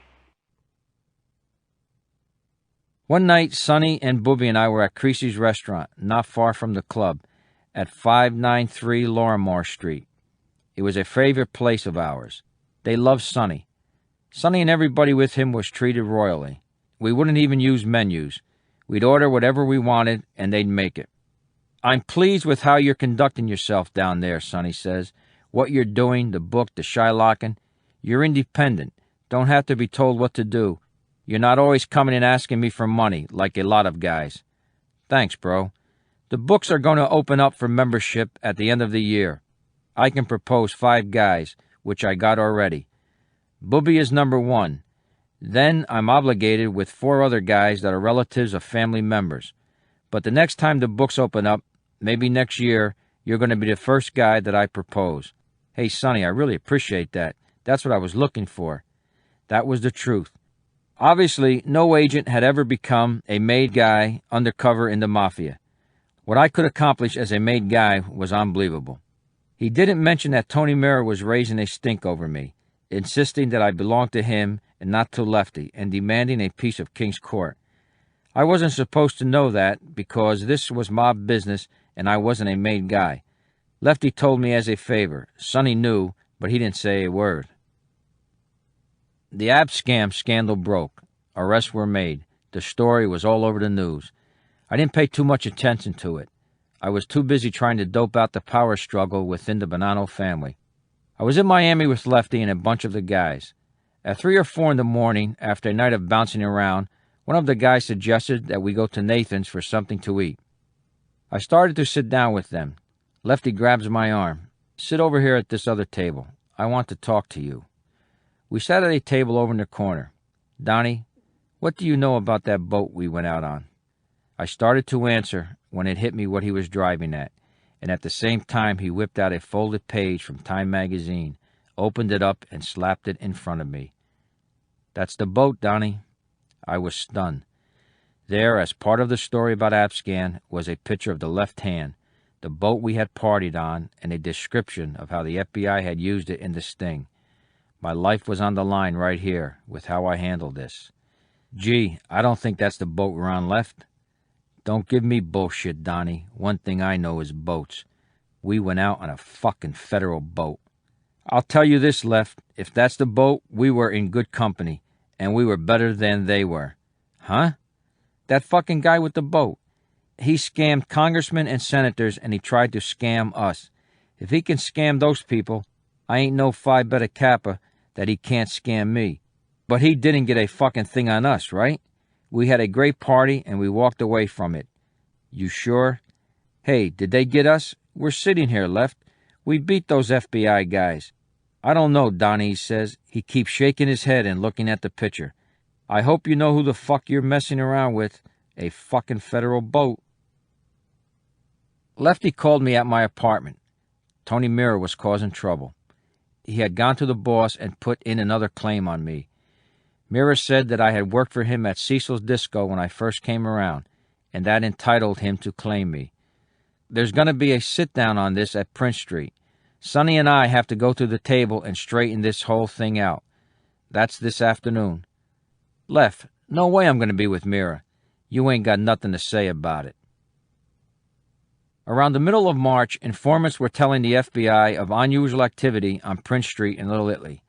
An apparent series of sit-downs was taking place at 20 Prince Street, the social club owned by Bonanno consigliere Steve Canone. I got to control my temper, Lefty says over the phone. You have no idea what we went through. This went on for fucking 8 days with this motherfucker for you. I mean heavyweights had to sit down. Saturday was the meeting in New York. I had a 4.5-hour meeting about you again today. For what? Don't say for what. How come you never tell me? I don't even know what you're talking about. I'll tell you what, you son of a bitch, fucking asshole that you are. You got me aggravated about this Rocky. Mira was always trouble, and now Rocky. The undercover cop's name was coming up too often. That there were sit-downs over me involving Mira and Rocky was not good news. What about Rocky? Anthony Mira says that you shook Rocky down and you've made it $250,000 in excess amount of fucking junk money. Lefty's voice was barely controllable. I'm fed up with this bullshit over here. Out of the blue, I was being accused of secretly splitting up a $250,000 drug deal with Rocky. Next to being a snitch, the worst thing you do is not split a big score with your bosses. I didn't know what Rocky was involved in. I didn't know what, if anything, he was really telling Mira. I couldn't risk trying to contact Rocky because I couldn't trust his phone, and I wasn't sure I could even trust him. I didn't know what kind of situation he was in. I had to handle this conversation very carefully, but I had to react with bad guy strength. I couldn't be pushed around. Rocky's lying, Left. I never cut any junk money with him. But your word doesn't count. Why does his word count? Rocky already said it. Just because he said it first? This son of a bitch passed a remark. You only get a denial. This thing has snowballed. It's a very, very dangerous thing. Now it's beyond Sonny. It's out of Sonny's hands now, your case. It's going all the way to the top. I got sent for today. Sonny didn't tell me what he wanted to talk about. Then when I was there, he says, Sally's coming down. Sally Ferrugia, the acting boss. All of a sudden, Mira walks in with 2 guys, give a kiss and all that. Sonny don't warn me what's going on. Another big sit-down. I warned I'm not giving you up. I'd die with you. If the old man was out, we'd have no fucking problem. Sally can't say nothing. He feels bad, but his hands are tied. He can only listen to people, and they're all making up stories. I went at Mira today. I got up from the table, and I went at Mira at the end of the bar. I called them all the cocksuckers in the world. Mira's captain. Visualize the guy that was in the papers where the old man went bye-bye. He put his hand on me. Mira's captain was Caesar Bonaventure, the Zip who was one of Galente's bodyguards when he got hit, and one of those we figured was in on the hit. I says, "Get your hand off me." He says, "You know who you're talking to?" "I don't even know you." The whole joint heard it. "I'm no fucking mutt," I says. Sonny says, "You're supposed to listen. I had a big fight with Sonny. I stuck to my guns. Nobody in Brooklyn could control me today. You're not allowed to drink at a meeting. You know what 4.5 hours is sitting down with politicians? I know. No, you don't know. The fucking trouble with you. Well, you never explained to me. I can't explain to you. What I'm telling you now, you ain't supposed to know. See, you're treated like a friend, understand? Now, did you bring Rocky in town?" This was the most delicate and dangerous subject. "That's right. I met him in Lauderdale at the bar down there. I told you that, at Pier 66. "Donnie, we ain't saying different, but now you came in with him. You gave him the job. Remember what you say now. You put the guy there. Somebody put him there. The guy that put him there was on the federal boat. The guy is a federal stool pigeon. Something's wrong with that joint." This was Lefty at his most dangerous. He circled around, jumped here and there, but when he was onto something wrong, he wouldn't let go. Now he was circling around the truth, which was something that could get Rocky or me killed if it wasn't handled right. "You put the guy there, Donnie. Now who owns that joint?" "I don't know who owns it now, Left." "Donnie, who owned it before? Who's Rocky working for? You can't answer that question? It's a serious thing. Where does this go, Donnie?" "Left, I don't know." "Listen," Lefty says, "I'm asking you a question. The man admitted you made $250,000. Why would he rat you out?" "That's because Mira put words in his mouth." "Could you prove it?" "How am I going to prove it? Because he's probably scared of Mira. That's the only reason." "He's a fucking stool pigeon bastard. I won you and I'm going to keep you." I says, "I go all the way and die with the kid. Ain't nobody having you. I don't like what Sonny did. He wants to compromise. He wants to give up Rocky for you." Sonny says, "We own Donnie and we're giving up Rocky." "You give up my prick," I says. "I don't want Rocky, but he can't have him. Mira's a fucking swindling bastard. He's on the payroll out there, you know. He's out there every day from 8 to 3 in the afternoon. Just tell me about Rocky and make me feel happy and go to bed with a clear head. Who put him there, Donnie?" I hesitated, trying to think 3 questions ahead, how to slip out of this noose about my involvement with Rocky and the car business. "I just told you he came up from Florida with me." "Donnie, don't stutter to me. Ain't the question. You was the boss there. He admitted that. Everybody in the neighborhood knew it. You was the boss. Who owns the company?" "Left, I told you, it was a guy in California. A guy opens up a motherfucking Corvette joint with all new cars. You don't know his name?" "Left, there were 3 cars there. They closed that joint. All they're doing is running swag out of the back. Rocky told me." "Oh, come on, swag to pay that kind of rent? What are you, playing games? Are you a fucking nitwit? The idea is, who put everybody there? Where did it all stem from? Where'd yous meet? How come Rocky mentioned to Anthony Mira about junk money and don't mention the boat? The stool pigeon boat, the FBI boat. How come Rocky don't mention the federal boat? You got caught in the web, Donnie. You're my friend. I trust you an awful lot. Many times I had doubts about you. You don't understand the ins and outs of anything. So what do we do now? We just let this guy bullshit and lie to everybody? Ain't the question. I didn't want to scare you from coming in. Hey, Left, I ain't afraid of anybody. You can't help me out. I have to handle it without you. I ain't afraid of Mira either." Lefty gave me a low chuckle. "Let me tell you something. Get off your fucking high horses. You're fucking aggravating me." "How does Sonny stand tonight?" "He's not giving you up, but he's not on your side. In other words, anything happens, I take the weight. Why ain't you blowing your top? Why ain't you mad at Rocky?" "I am. I was. I should never have brought Rocky in. I bent my rules to do a favor because I didn't know Rocky. Now it was haunting me and I wanted to strangle him. One guy's going to check both of yous out. Hey, Left, you know they got no problem checking me out. Donnie, you told me you put Rocky there, and these things are going to come out. You got anything fucking hidden?" "I got nothing like that. Just promise me one thing. From here on in until the longest day you live, you swear on yourself that you'll always abide by my rules." "I swear on anything, Left." "Now, will you face the guy?" "That's right. I was making a risky move. I wanted to attend a sit-down, which is restricted to made guys. I didn't want to face Rocky because I didn't know how jammed up he might be and what he might say, how much that might endanger us both. But I gambled that Mirror wouldn't produce Rocky at a sit-down. Why should I be the fall guy? Tell me now, because you're in Florida. If you got any fucking faults, go where the fuck you gotta go. I don't have any left. Let's go after him. Go to the table and call them liars. You can't call them liars, Donnie.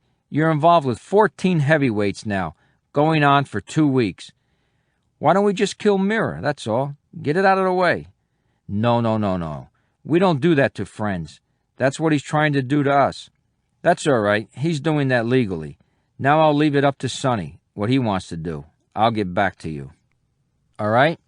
It won't be now, maybe a week from now. I just want you to understand that I feel I'm doing the right thing. Only wish you could give me the right answers. When I hung up, I felt isolated. I didn't know what Mirror was going to do. I didn't know what Rocky was going to do. I couldn't go to New York. I had to wait it out. Well, then how come he keeps, opening his mouth up? Well, he wants my head in the sense with the boss. Yeah, I know that. Well, he wants you kept lowered. Well, who was at the, Everybody. But they gave him wrong. They called him a rat stool pigeon bastard. He lost all decisions. Was he at the sit-down yesterday? Sonny Black was there, too. No, I mean, was Mirror there? Yeah, he was there. And they called him a rat stool pigeon bastard. Well, Nicky was... You can't get out lefty, you rat him out. Now, you know what the bad for me, little Nicky? Nicky was there, too, huh? Oh, yeah. He was with us, right? That's right. He told us, you can't get satisfaction with lefty, you rat him out.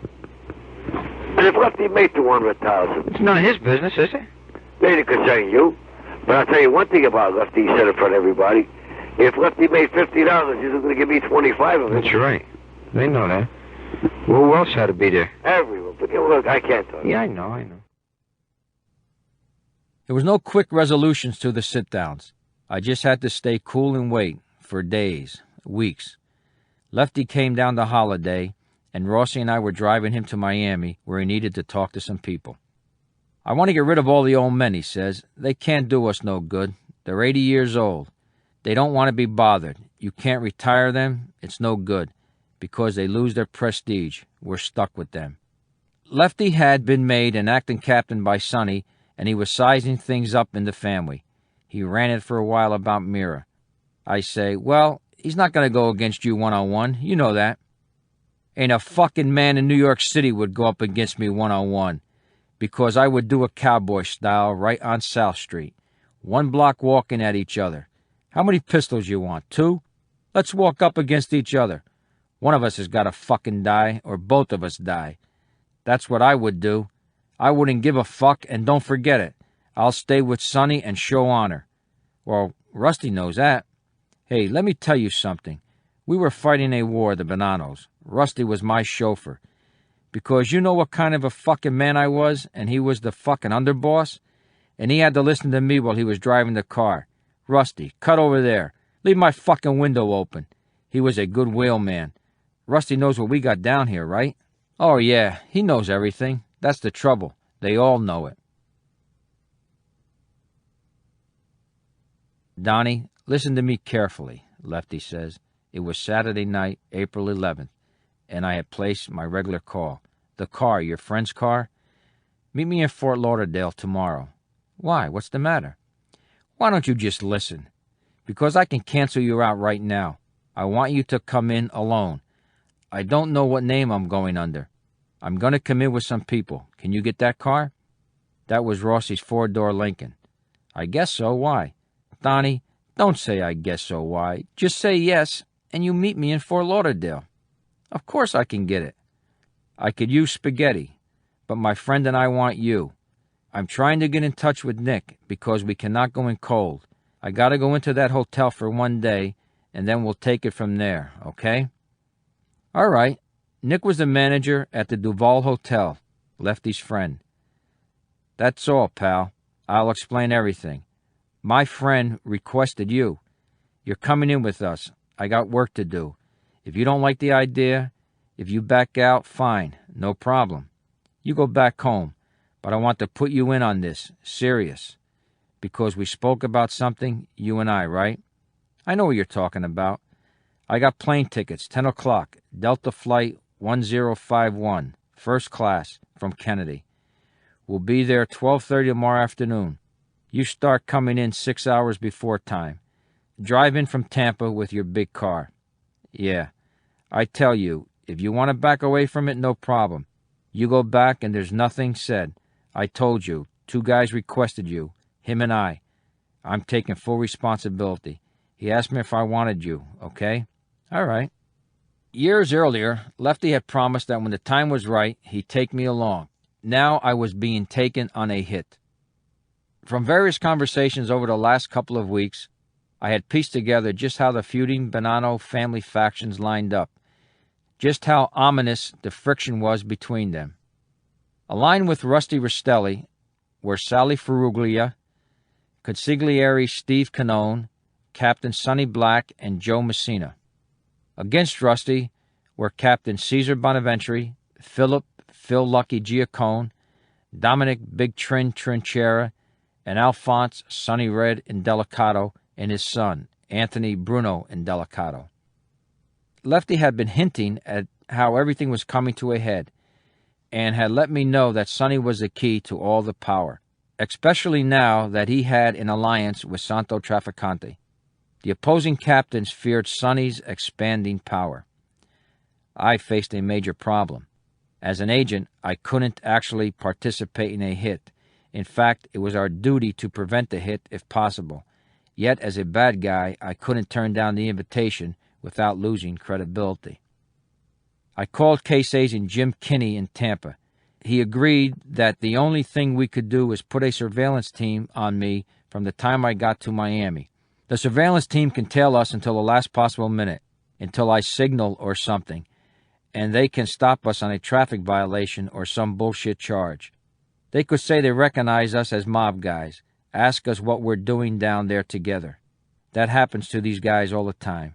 That way, they probably wouldn't suspect a tip-off, yet it might be enough of a disruption to cause them to call off the hit. Kinney would hurry to set up the surveillance. I would head to Fort Lauderdale. It was a very dicey situation. I drove Rossi's car to the Fort Lauderdale airport, arriving 5 minutes before the scheduled arrival of Lefty's flight. Lefty's flight came. People filed off. No Lefty. No nobody. I called Sonny in Brooklyn. What's going on, Sonny? We called it off. Call the other guy. He'll explain it to you. The hit was going to be on Phil Lucky, Lefty told me. They called it off because he was in Miami by himself, and they decided they wanted to get 3 captains together, that it wasn't smart to hit them one at a time. I'm sorry, Lefty says. Next time, Left, don't ask me or say you don't have to do it. We got something to do, I do it. Don't ever feel that I'm going to back out of something. You had a choice, though. What choice? We do things together. I'm not worried about no choice. On April 13th, 2 days after the aborted hit, Lefty called. Donnie, listen to me carefully and listen good. I'm leaving with some people. I can't make no phone calls. If everything comes out all right, you're in pretty good shape in New York. Understand? Yeah. Now this is the last time you're going to hear from me. I'm being picked up in a little while, and don't call the other guy. Okay, don't call nobody. And do me a favor. Try to stay as close as possible, just in case when something does come off, that we know where to contact you. You understand? Yeah, because I'm going to work from the street. I didn't hear from Lefty until 5 days later, when I finally learned that I had survived the sit-downs. I just got back from Brooklyn, he says. Everything went good. We'll be all right. We're on top. Hey, that's good. But these motherfuckers, they was all partying. They thought I was clipped, you know, when I was missing. They had me fucking dead, those motherfuckers. So everybody's celebrating. Are they crazy or what? Even Mike Sabella. He doesn't know that I know. But he was saying, that's a shame. But I'm glad I took his wife's jewelry. Lefty had put up his wife's jewelry as collateral on a loan. I say, what a surprise he's going to have, huh? Unbelievable, those motherfuckers. What'll I talk to Blackstein tomorrow? He knew they thought I was clipped, but he didn't know it got that far. Blackstein was Sonny Black. Those cocksuckers, Lefty says. They don't know the surprise they're going to get in a couple of months. I got news for you, pal. Nobody bothers you no more. When that man comes out, you're going to be in good shape. Oh, yeah? I stuck with you all the way, and it's very surprising he stood by you, too. Blackstein? Yeah. Good. Because of what I did this here week, you're a lot better off tonight. He wanted me to meet him in Miami, where he would fill me in more on the results of the sit-downs. Rossi and I picked up Lefty at the airport in Miami. Mira and his side had lost the sit-downs. I was okay. The case is closed, Lefty says. There's no more. They lost, and they lost nationwide. New York, Miami, Chicago. They lost nationwide. Listen, that's why it took me fucking 5 days to go out and do what I had to do. That's good. Sonny happy now? Forget about it. Lit up like Luna Park. Well, I'm glad yous are satisfied, because this is the whole thing in a nutshell. Hey, Left, that's what we were working for all this time, right? We're hurting, in the sense that we don't have big money, but we have the power today. I'd rather have the power than the money, because these guys have all got the money, and they don't know what to do with it no more. Where are they going to go? They can't run to nobody. They still got their captains, but who are the captains going to go to? Are they still going to be under Rusty, those guys? Everybody's under Rusty, the law of the land, nationwide. There's only one fucking boss, and that's it. And nobody can take his place. We went into the piano bar at the Duval. Lefty told us that he, Sonny, Joey Messino, and Nicky Santora had been engaged in an important job in New York for the commission. He said that they had put it together, and that in return they had been assured by the commission that Rastelli would remain boss. I didn't know what Lefty had done during his 5 days working from the street, or what they had done for the commission, or whether it was all one and the same. I assumed it involved a hit, because everything was typical of that.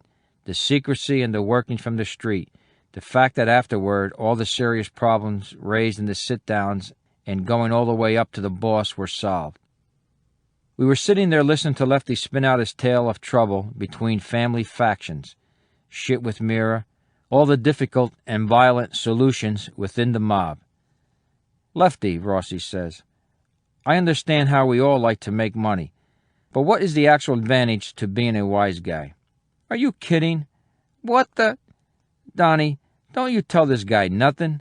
Tony, as a wise guy, you can lie, you can cheat, you can steal, you can kill people legitimately.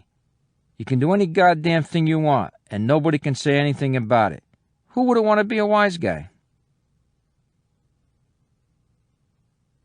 The next afternoon, we were sitting by the pool at the Duval. Lefty was moaning and groaning about us not hustling enough.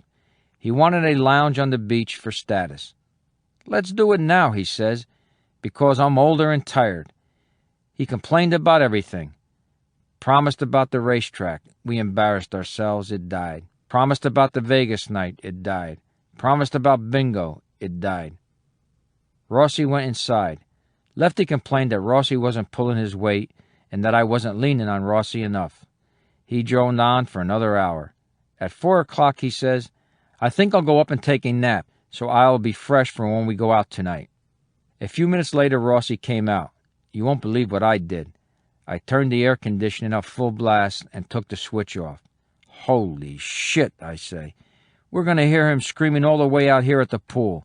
I ain't going up there for a while because he's going to be going bullshit. Lefty hated air conditioning. Summers in New York or Tampa, in cars and hotel rooms, he would not allow me to turn it on. We always stayed together in hotel rooms. He always had a cold. Sometimes, even in the summer, he would turn the heat on in the room.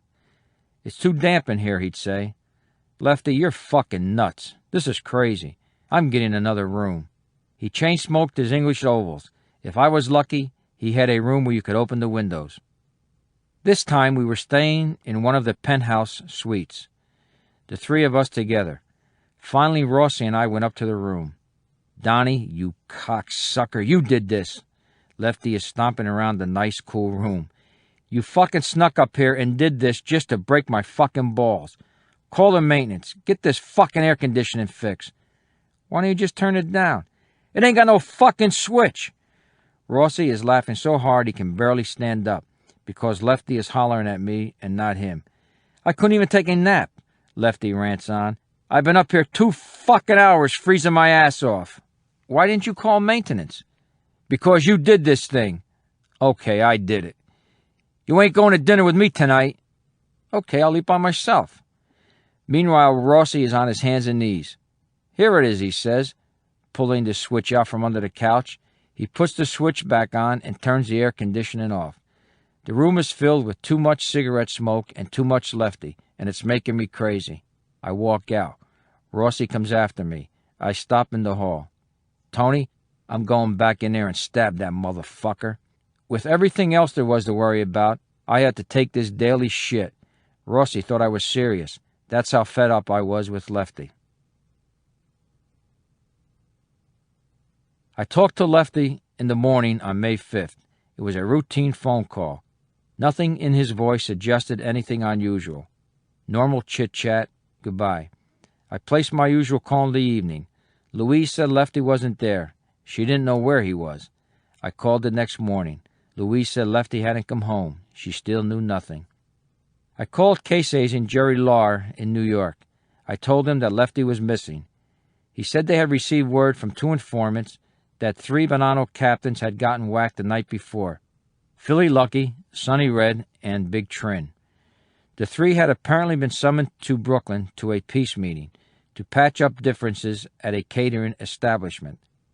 Our information was that's where they were murdered. No bodies had been found. The heart of the opposition to Rusty Rastelli and Sonny Black had been whacked out all at once. The other main rival, Caesar Bonaventure, was in jail in Nassau County, New York, on a weapons charge. But the word was that he had decided to come over to Sonny's side anyway and bring the zips. 3 days later, Lefty called me in the afternoon. I just got in. Did you talk to Louise yet? I called her this morning for 2 minutes, that's all. You know why I come in? Because she sent me all my clothes last night. Whole box. She leaves the fucking pants out. She started crying at first. What are you crying for, I say? I got the clothes. I sent her $1,000, you know, because I didn't know how long you'd be gone. It's gonna be a while yet, but let me throw a curve at you.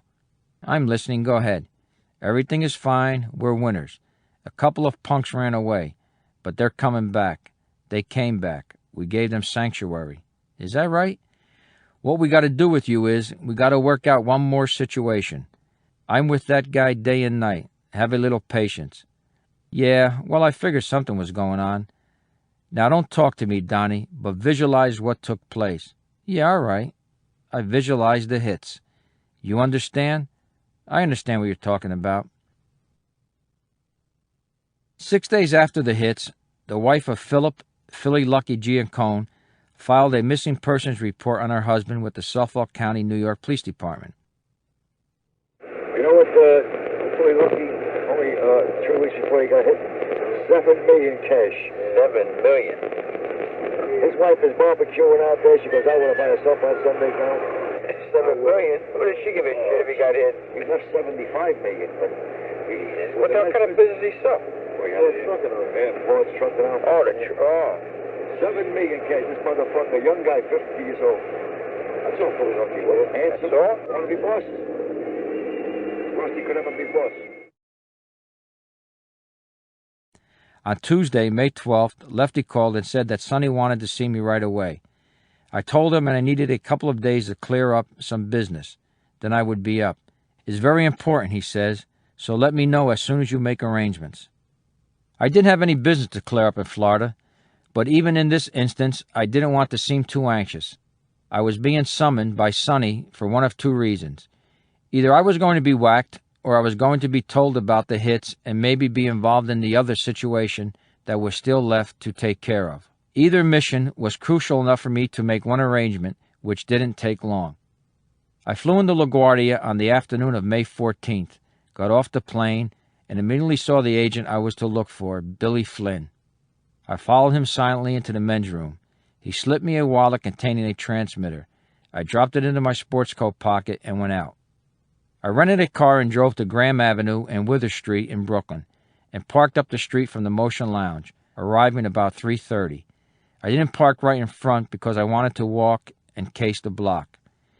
In recent weeks, I had been in regular telephone contact with Jules Bonavolante at headquarters. Lately, Jules had been testing my condition. Are you getting tired? You getting home enough? You think you should come out soon? Now with the hits, headquarters was very nervous. When they found out that I was going to a meeting with Sonny, a couple of people thought that maybe he was setting me up, that they were going to kill me. I said, what would they kill me for? I'm with Sonny. He's the one that asked me to come up. Jules agreed with me that Sonny wasn't setting me up. Still, there was a lot of nervousness. Sonny was now a target for retaliation. I was close to him. That made me a target too. They wanted not only a surveillance team on me, which was reasonable, but they wanted SWAT guys hidden on the roofs. Are you crazy, I said? In that neighborhood? Sonny's neighborhood? You're going to put guys on rooftops with rifles? Just put a good crew on the street. I'll be all right. As I was walking up the block toward the Motion Lounge, I knew the surveillance team was there somewhere. I was looking for them to make sure they were in place. I am trained and experienced to spot such things on the street. I looked carefully. I knew they were there. I never made them. I never saw them at all. That's how good they were. Sonny was waiting at the bar. The scene looked placid. Booby was playing the electronic pinball machine.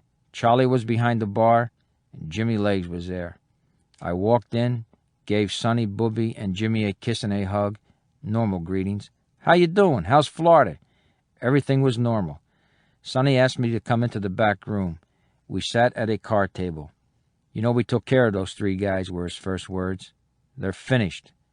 You got any reliable people in Miami? Yeah, why? Because one guy got away. Bruno. You know Anthony Bruno? Anthony Bruno Indelicato was Sonny Red's son. I may have seen him. I don't know. I think he went to Miami because he's got a $3,000 a day coke habit, and he's got connections with the Colombians down there. I want you to find him. When you find him, hit him. Be careful, because when he's coked up, he's crazy. He's not a tough guy with his hands, but if he has a gun, you know? Yeah, okay. He might be down there with his uncle, J.B. If you come across them both, just kill them both and leave them on the street. You want me to send Lefty down there with you? You kidding? I'd rather be by myself. That makes it so much quicker. All right, any way you want to do it. I'm going to come down, maybe next week or so. Then I was going to talk to the old man. Have you got a place to lay up over there now? We can go to a lot of places down there. There's a Duval, Broads, stockpile of Broads. All right, now we're leaving it to you to get down there. He said that the day before the hits, Tony Mira had said he was going with the opposition. On the day of the hits, Sonny called Mira's uncle, Al Walker, and told him to come to the Motion Lounge. They sat him down, put a guy on either side of him, and made him sweat until word came that the hits had gone down. When he heard that, Sonny says, he turned ash white. He thought we were going to hit him too. But I just reamed him out about Tony, told him Tony was no good, and that he'd better recognize that and act right himself. He agreed, Donnie. Sonny says, this is the first time in over 10 years that the family has control over itself instead of being controlled by the commission. Donnie, watch out for the kid. I got to get him before he gets me, because I can't rest a night and we can't go places until we get this kid. That's our only obstacle. The guy, we can't get a proper introduction, but the question, the guy knows who I am. He ain't gonna cut no corners with me. I know who he is. He ain't gonna cut no corners. Well, how will he know who you are? Because my cousin will fuck. Is he going to accept that? But we still would not go into fucking shaking hands. It's two wise guys. That's where he's gonna accept it. Well, wait a minute. That's what I want. I want you to go there as a wise guy, and then all you do is you tell him this kid is going to do the talking for us. I know how to talk. I know you know how to talk. I'm just telling you what I want. I understand. The guy knows I'm a wise guy. We never got a proper introduction. I'm going to say, look, this guy represents me, and he's going to do all the talking. And that's all. The guy's going to acknowledge it. That's all we need. Because there was 2 moves made on me already over there. You understand? And I don't want, and the 2 moves that were made on me I could live with. I don't want a third one. I don't want a fourth one. Well, you know what I mean? Let's put it this way. The moves were made on you. Why couldn't you reject somebody's name? Because we weren't at that stage yet. Now we're at that stage where we can do that. I only met this guy yesterday. The moves weren't made by him. You know, I mean, the moves were made by him, but not by him. Well, I told him this is an emergency thing. There was a move made on my man. I want to Don't put it that way. Don't put it that way. Lefty was at home, sick with a cold. We sat on the couch, and I started to tell him about my conversation with Sonny. I already know what Sonny asked you to do, he says. He's in control of the family now, Donnie. I'm really happy that he's having you clip Bruno, because it'll look good in the eyes of the bosses that you did some work. It's a good contract.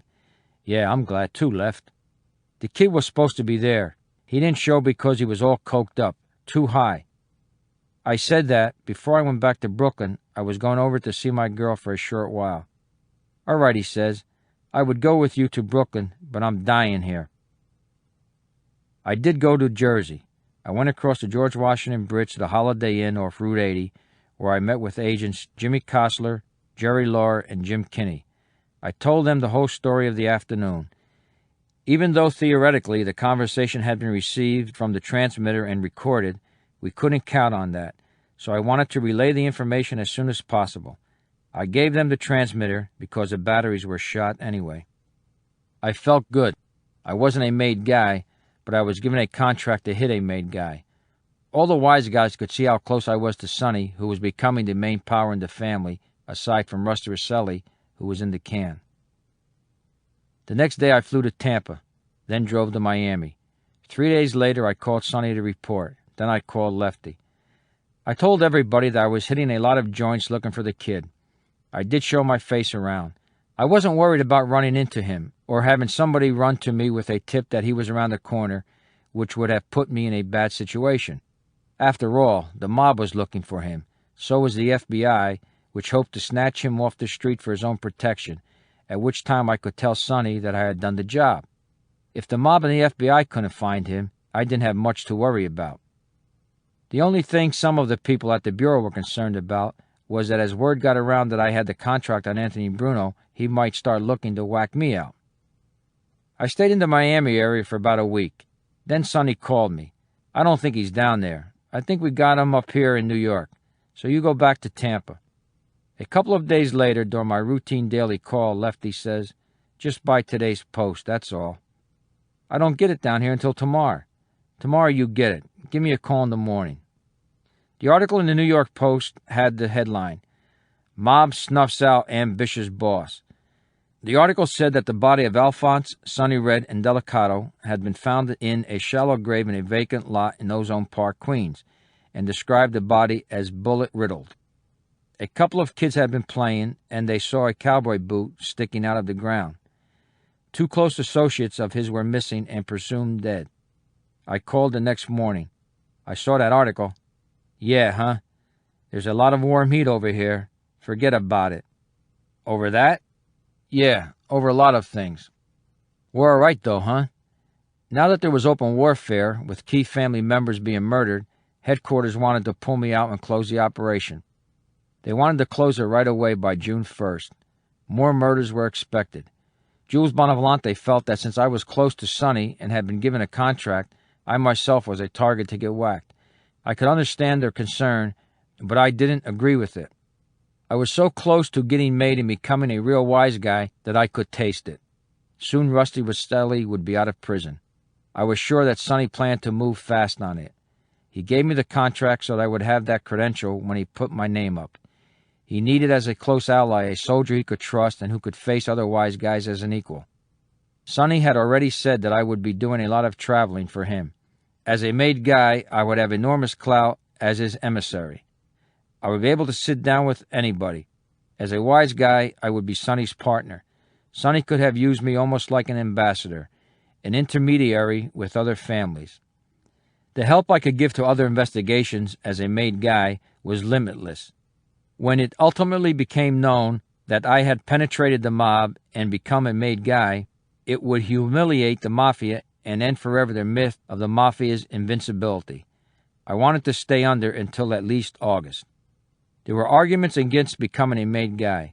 Some felt that if I became made, I would have less flexibility and independence. I would no longer be excused for dumb mistakes, which were really things I had done, moves I had made or not made, for the benefit of the investigation. I would have to do what they told me to do. I could be ordered to commit crimes. Jules was one of those against my staying in and getting made. Primarily, the question boiled down to safety. Nobody thought I was safe enough any longer. They felt that we had already made a bundle of important cases, and it wasn't worth the risk of staying under just to make a couple more. I felt safe enough. As much as it hurt to face ending the operation after 5 years, I had to accept the decision. We had a meeting outside Washington, D.C. at the Crystal City Marriott. Rossi, Shannon, Jules, me, various supervisors, and headquarters people and case agents. There were several other operations involved in one way or another with ours, and that made it rather complex to end our operation cleanly. We set a date, July 26th. Now the job was no longer to penetrate deeper into the family. I was simply to work for as much information as possible in the 6 weeks before I had to come out. Actually, that wasn't so simple. For the mob, it was business as usual, and it had to seem like that with me too, which included navigating through the family warfare. Booby's daughter was going to get married, and we were all invited to the wedding on June 20th. I went up to New York on June 15th to be with Sonny and the crew. They were still looking for the kid, Anthony Bruno. On my way into the Motion Lounge, I ran into Nicky Santora. I said, "The kid's not in Miami, Nicky. We scoured the fucking place. We got a couple feelers out now. We'll know this week." Well, he might have crawled into a hole, just stay there for a while. But that's what I'm saying. I think if he comes out of it, we'll get him, We won't want to get him while he's there. I think if he's going to hide, he's going to hide it where he knows,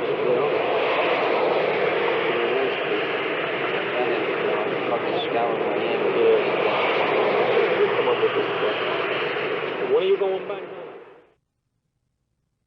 I went over to Manhattan to the Holiday Bar to see Lefty. We went for a walk on Madison Street. He was aggravated with everybody, and a walk on the street was the only place he could really let his hair down. He wasn't getting a proper split of profits. He was being ignored or unappreciated or mistreated. They all got the connections, and I'm a jerk-off. Who's going to pay me? Sonny's trying to hold me back. Push me for like $200 a week here, $200 a week there to pacify me. Meanwhile, he's making like $30,000 a week. Sooner or later, he wants to get rid of me by making me a captain. But I got to do it in Miami. He gives me a couple thousand, then I'm going to go to Miami. Meanwhile, they're knocking it down. Booby's got $1,500 a week in salary, and they got all the junk. They took it all. How come you're not in on that? Why? Because he's a greedy cocksucker, he says, meaning Sonny. You did all the work for him, he grunts. Donnie, they gave me the contract now on the kid. Once I do that, the guy can go fuck himself. They found that one body, huh? Yeah, that was a mistake. Joey Messina, he's the one that fucked it up. Sonny's really hot about it. Sonny Red's body, like the others, was supposed to have been chopped up and gotten rid of properly, not buried quickly and whole. You have no idea, Lefty says. The guy choked. He put a hand to his throat in the gesture used about athletes who don't come through in the clutch. He said that the guys in on the hits were himself, Jimmy Legs, Nicky Santora, and a guy named Bobby Capazio. When they came out of the building, Jerry Chili told them that the kid was around the corner. I said, "Bobby, let's go over there." He says, No, Lefty. Sonny Black told you to go to Brooklyn. The kid was around the corner, Donnie. We could have boxed the corner. Having done that work, Lefty was all the more disturbed with not getting a fair share of everything in the family. In fact, before the war started, Lefty says, "Lefty, you come in on salary. We're going to be millionaires in 3 months." I got shut out again. Who am I to speak up? And you wonder why I get aggravated? Now I get the contract for the kid. Uh-huh. Who the fuck you kidding? Only 4 guys can go. Me, Jimmy Legs, Nicky, and Bobby. What are you trying to do? I went there already. It's a suicide thing. To the house? They had information that the kid was holed up in a house on a cul-de-sac in Riverhead, far out on Long Island. It's a bad corner. You come on the fucking block, the kid spots us. We're dead. Sonny wants us to hit pay dirt. Pay dirt? Sonny, who the fuck are you kidding? He sits there playing with fucking birds, but when he's in trouble, he opens his gut. I don't stay with him no more. I used to spend all day and night with him. I'll tell you one thing, it fucking hurts inside. You really eat your guts. I went back to the Motion Lounge, and that night I stayed with Sonny at his apartment. I had a transmitter in the pocket of my slacks. When we went to bed, I hung up my slacks and other clothes. Either of us would have felt comfortable going into the other's pockets if we needed a couple of bucks to go to the bakery or something. There was always that chance, but you don't sleep with your pants on. So I just hung them up and went to sleep on the pull-out couch. At 6:45, Sonny woke me up with coffee and rolls. We sat in the dining room in our shorts. It was his birthday. I gave him $200 as a present. He gave me a pistol. He wanted everybody packing now because retaliation from the other side was a good possibility. The pistol was a blue-black German-made .25 automatic with the serial number scraped off the side of the barrel. It had a full clip of bullets. Carry this at all times, especially the wedding. We talked about King's Court. He was anxious to get back together with Santo Trafficani. "When you coming to Florida?" I asked. "Maybe next week. There's going to be a big meeting of bosses next week, and I can't leave until after that." He started writing in a small blue notebook where he kept a tab on his loan sharking business. "I'm finally starting to make some money. I got 30 grand a week coming in. I got over 70,000 on the street. If only I didn't have to dish out and support so many people." We went upstairs to feed the pigeons. Sonny was in a quiet mood. "You have any line on where Bruno is?" I asked. "We have a line on him. We're going to give J.B. a pass, though. They weren't going to kill the kid's uncle." "How come?" "You got to give up something to lure the cat to you." We were quiet for a while as he moved around the coops. Lefty and Booby met at the Holiday Bar on Madison Street. Some former cop in the New York Police Department was offering a copy of an up-to-date police report detailing the investigation of the Bonanno family, including surveillance reports and names of people who were going to be subpoenaed to appear before a grand jury. The guy wanted $5,000 for the report. Lefty was urging its purchase. "The fucking thing is like a book. It goes back to May 4th, the day before it happened on a Monday night. Right? There was a meeting. They were observed. Just go to the family and let it come out of the kitty." I drove Lefty to Brooklyn. "Sonny and Joey are feuding," he says, "because Sonny's got more power. So Joey got an unlisted telephone number now. He ain't talking to nobody because of this feud with Sonny." Lefty and Booby talked to Sonny about the offered police report. Lefty came out of the Motion Lounge disappointed. He doesn't want it. He didn't want to pay the $5,000. Lefty wanted to look at a new Cadillac he might buy. Nicky drove us to Queens to the dealers to look at it. It was burgundy. Rock bottom price was $15,300. Lefty decided to buy it. They talked about looking for the kid, casing the house. "Should I take the shotgun?" Nicky asked. Lefty laughed. "Yeah, just like last time. You shot the guy that ain't supposed to be shot." They all laughed. One of their own guys, Santo Giordano, had been shot accidentally in the hip and left paralyzed. That was their best joke of the day. In the beginning of my undercover role as Donnie Brasco, I had occasional fears about the dangers of being an agent. Now I also had fears about the dangers of being a bad guy.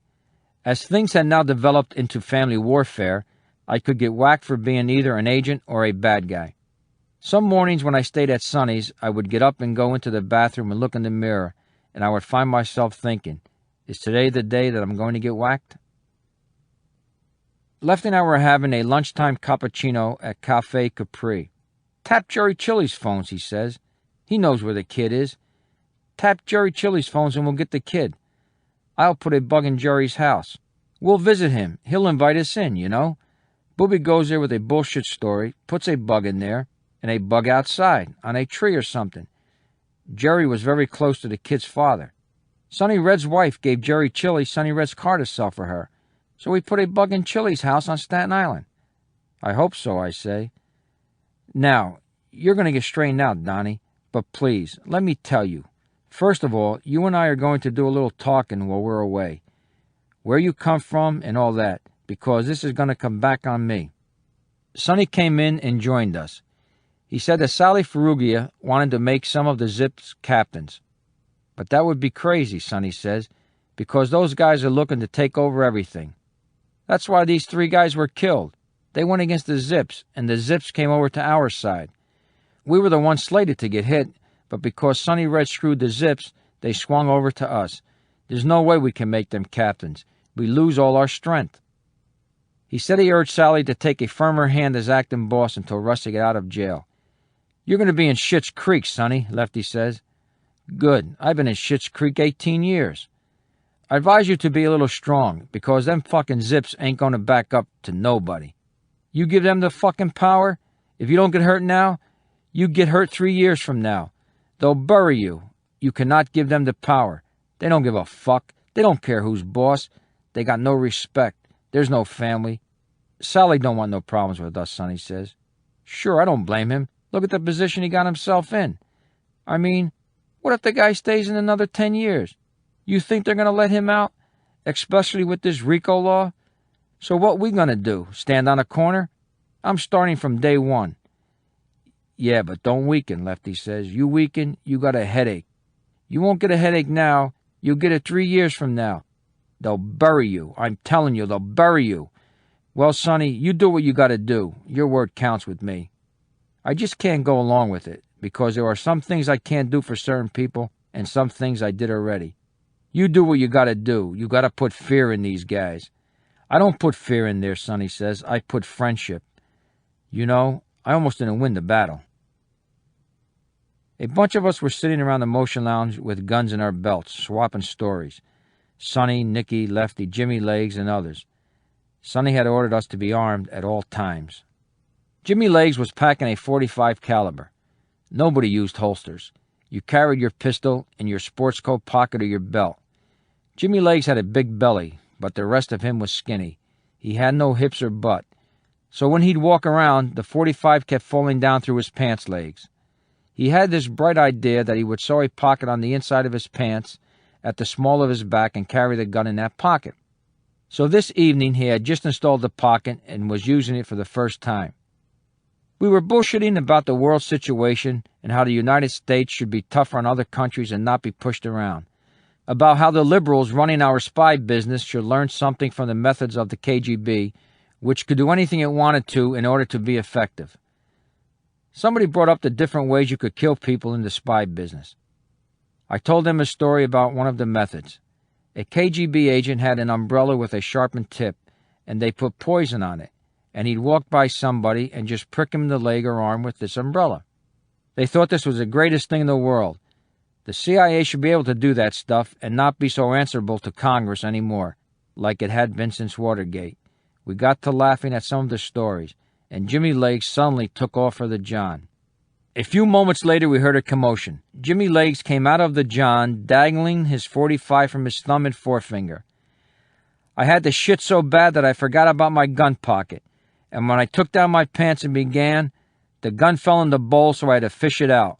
Hey, if we had to go to war and I had to kill somebody, I'd just leave a little shit on it that'd get on the bullet, and all I'd have to do was nick somebody, and I'd kill them with the poison just like the fucking KGB. The wedding reception for Boobie's daughter was scheduled for 7 p.m. at Shalimar Caterers, 2380 Highland Boulevard on Staten Island. We started gathering at the Motion Lounge at about 5 p.m. Lefty, Nicky Santora, Boots Tomasulo, Bobby Capazio, Sonny, Charlie the bartender, and others. The rules were that we would all stay around Sonny at all times, not leave his side, because this would be a good time for retaliation against him. Other families were going to be represented at the wedding too, so we didn't know who might do what. Some guys brought their wives or girlfriends. We were going to travel in a caravan, so we discussed how to get there and who was going with who. We had to make sure everybody was packing. Nicky had a .45 that was too big for his waistband, so we gave that to Boots, and Nicky carried a little .32 caliber. I, of course, had my .25 automatic. I drove with Boots and Nicky. Everybody was at the reception. Lefty and Louise, Jimmy Legs, Jerry Chili, Mr. Fish Rubito, Dennis the Cop, Nicky Marangello, Mike Sabella. One notable absence was Joey Messina, which really ticked off Sonny and Lefty. That jerk-off is afraid to get caught out in the open, Lefty says. That's all. I sat at Sonny's table with Nicky, Charlie, and Boots. Everybody had a girlfriend except Boots and me.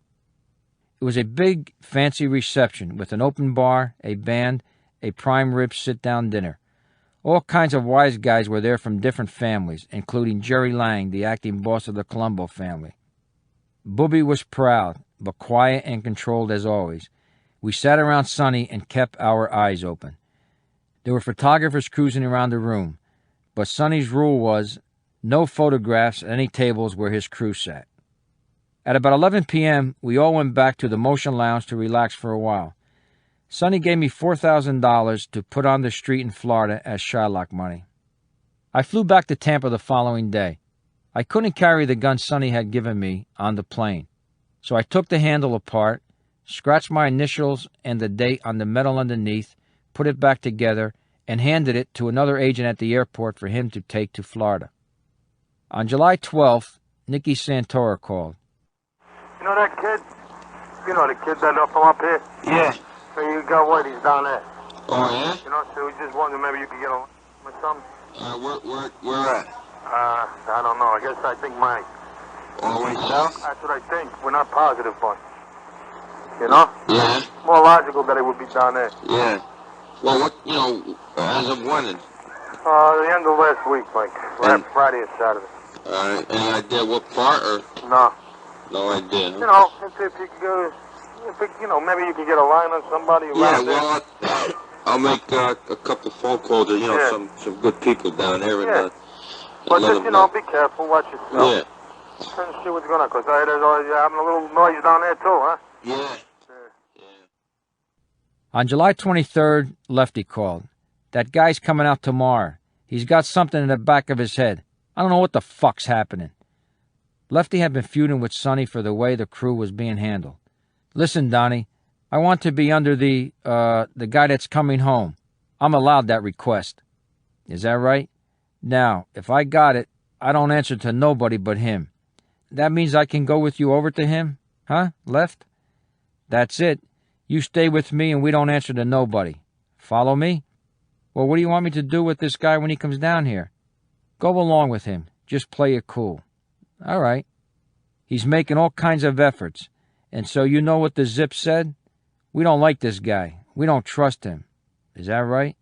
They don't want him. He went over their heads. There's a feud going on. I don't care, Donnie. My guys are happy. I don't bother them, you know. We don't bother our people. That's right. But this guy, I don't know what he's doing to himself.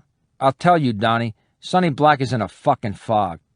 So Lefty was going to put me with him directly under the boss, Rusty Rastelli, when he got out of prison in a few weeks. I could never relate as closely to Lefty as to Sonny, but one thing about Lefty I could rely on, everything he ever told me about the Mafia turned out to be true. I prepare for my final weekend in the Mafia, my last days as Donnie Brasco, as the host of Sonny. Sonny was anxious to move ahead and make all the money we could make through our hookup with Trafficante.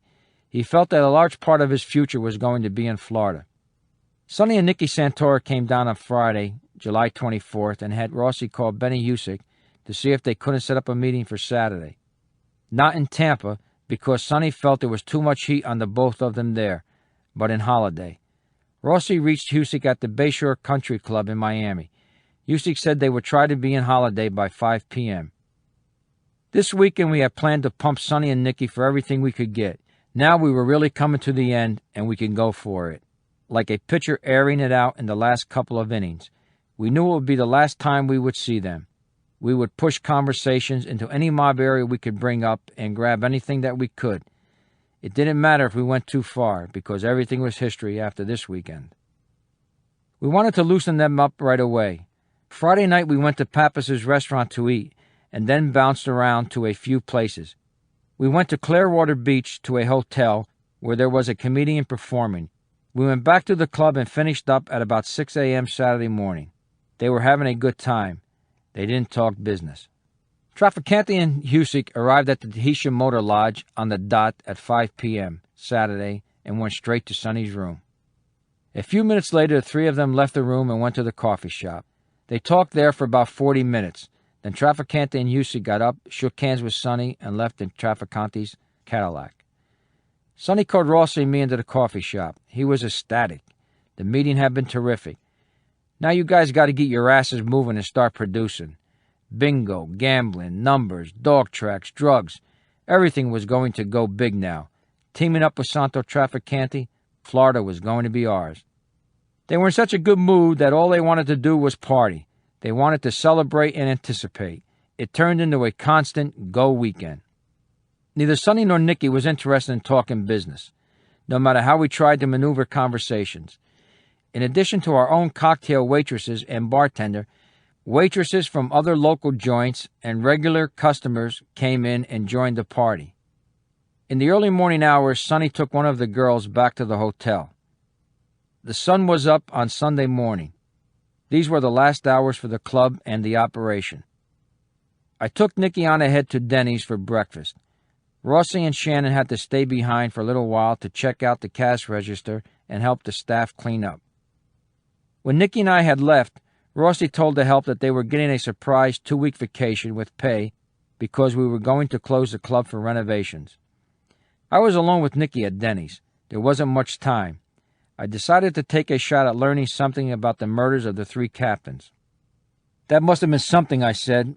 That thing with Sonny Red, Phil Lucky, and Big Trin. I never saw anything like it in my life, Donnie. Big Trin was so huge, when the shotgun blast hit him, about 50 pounds of his stomach just went flying. What was it like with the other guys? We'll talk about it later, Donnie. Shannon and Rossi had walked in. I couldn't signal for them to leave. Nicky had not met Shannon before this weekend. He clammed up. We had breakfast and went back to the Tahitian. Nicky and Sonny packed up, and Rossi and I took them to the airport. I felt relief and discomfort at the same time. I figured that I probably wouldn't see Sonny again, not even in court. I believed he was history. I couldn't make any big deal out of the goodbye. I'll talk to you tomorrow, I said. We cleaned out our apartments. The furniture was rented, so it was just a matter of gathering up personal stuff. King's Court was locked up. The case agent would deal with it. Later in the day, Rossi flew to Washington, D.C. for his debriefing. I had to fly directly to Milwaukee to testify before the grand jury on the Balistreri case. That case, like many others, had been held in abeyance until we wrapped up the whole operation. Eddie Shannon flew with me just for double protection. After that, I would go to Washington, D.C. for a debriefing. For a couple of weeks, I didn't have a chance to go home. After I went home for a few days, I went to New York to start working with the U.S. attorneys on the indictments.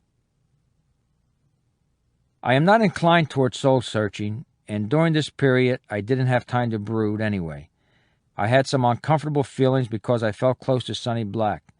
I felt a kind of kinship with him, but I didn't feel any guilt of betrayal because I'd always maintained in my own mind and heart the separation of our worlds. In a sense, we were both just doing our jobs.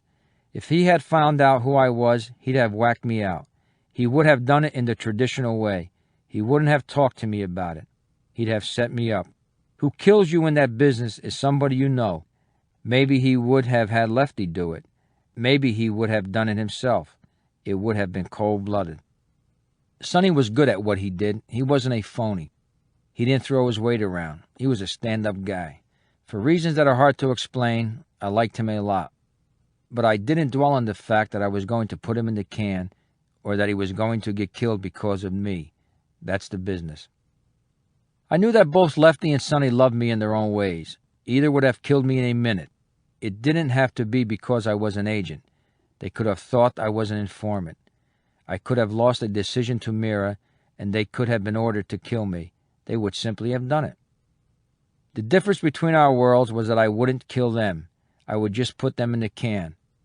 I had a gut feeling that Sonny was going to be killed by his own people over this situation. I didn't like being responsible for anybody getting killed, but it wasn't my rules. It was their rules that would kill him. I didn't write those rules. Those rules were written by their society, not mine. So I felt bad, but I didn't dwell on it. Nothing I did in my job was affected by any feelings I had for Sonny or anybody else. That was my discipline. Some guys have trouble dealing with that aspect. When one of my friends who had been working undercover was preparing to go to court, he said he couldn't look the defendants in the eye because he felt guilty for having deceived them. You just did your job, I told him. You can't have those personal feelings in this business. I was not there to be buddy-buddy with these guys. I would not allow myself to become that emotionally attached. In my situation, my life was on the line every day. On the first day after Sonny and Nicky went back to New York, Lefty tried to reach me in Holiday. On the second day, 3 agents visited Sonny Black. They showed Sonny a photograph taken especially for this occasion. It showed me together with these 3 agents. They asked Sonny, "Do you know this guy? He's an FBI agent. We just wanted to tell you." They didn't offer him a deal because a deal is always implicit, and a direct offer to a guy like Sonny would have been insulting to him. Sonny gave away nothing by his expression or tone of voice. I don't know him, but if I meet him, I'll know he's an FBI agent. We tracked what happened after that through wiretaps and informants. Just as anticipated, Sonny's first move after the visit was to call together the main men of his crew. Lefty, Booby, and Nicky came to the Motion Lounge to meet with Sonny. Sonny told them there was no way I was an agent, that if the FBI had me, they must have kidnapped me and were maybe even brainwashing me. For more than a week, they kept the story to themselves while they looked for me. They reached out to the Kings Court area, even called some of our waitresses. Lefty went to Miami, and they sent 2 guys from New York to Chicago, Milwaukee, and California to see if they could come up with anything. After 10 days, Sonny called Santo Trapacani and told him about the agent's visit and what they had said. He didn't offer interpretations or explanations. He sent word to Rusty Rastelli in prison, and then he called Paul Castellano, boss of the Gambino family, the boss of bosses. The mob held several meetings in New York over this, making a damage assessment. They distributed pictures of me, snapshots taken over the years with Lefty or Sonny or others, all over the country, and all the mob families were put on alert to watch for me. The bosses considered what to do. They decided to put an open-ended to anyone, $500,000 contract on me. There was a suggestion that they hit everybody in the mob that had anything to do with me. Obviously, certain people were going to fall, but there was nothing we could do about it. You can't get a warrant to snatch anybody off the street, even for their own protection, without definite information that the person is going to get killed. Nobody's name came to us as a definite target, except mine. The FBI dispatched teams of agents to visit all the top Mafia bosses they could find and tell them face to face, "Hands off this agent. He beat you. It's finished." If they hurt me, all the resources of the Justice Department will be focused on going after them. I and the FBI were not going to be intimidated. On August 14th, 17 days after the agents had told Sonny about me, the bosses called a meeting in New Jersey. Sonny went to the meeting. I was not surprised. His options were either to turn informant or to run, or to go to the meeting. He went to the meeting and disappeared. Once we found out that Sonny was missing, I told Jerry Lahr, "When you see them start taking his pigeon coops down, you can close your case on Sonny Black, because then he's history." About a week later, a couple of guys were on that roof taking the pigeon coops. We figured Sonny, Lefty, and Tony Mirror were the most obvious targets for the mob hits because of me. Mirror because he was the first guy to bring me into Little Italy, the first banana guy I hung around with, and also because they believed he was a snitch. Our information was they thought his fight for me at the sit-downs was all a ploy, that he and I were actually working together for the FBI to advance my infiltration into the mob. Lefty and Sonny were obvious targets because of my association with them. But the only definite contract we got word on was Lefty. He was the only one we could protect from his own people.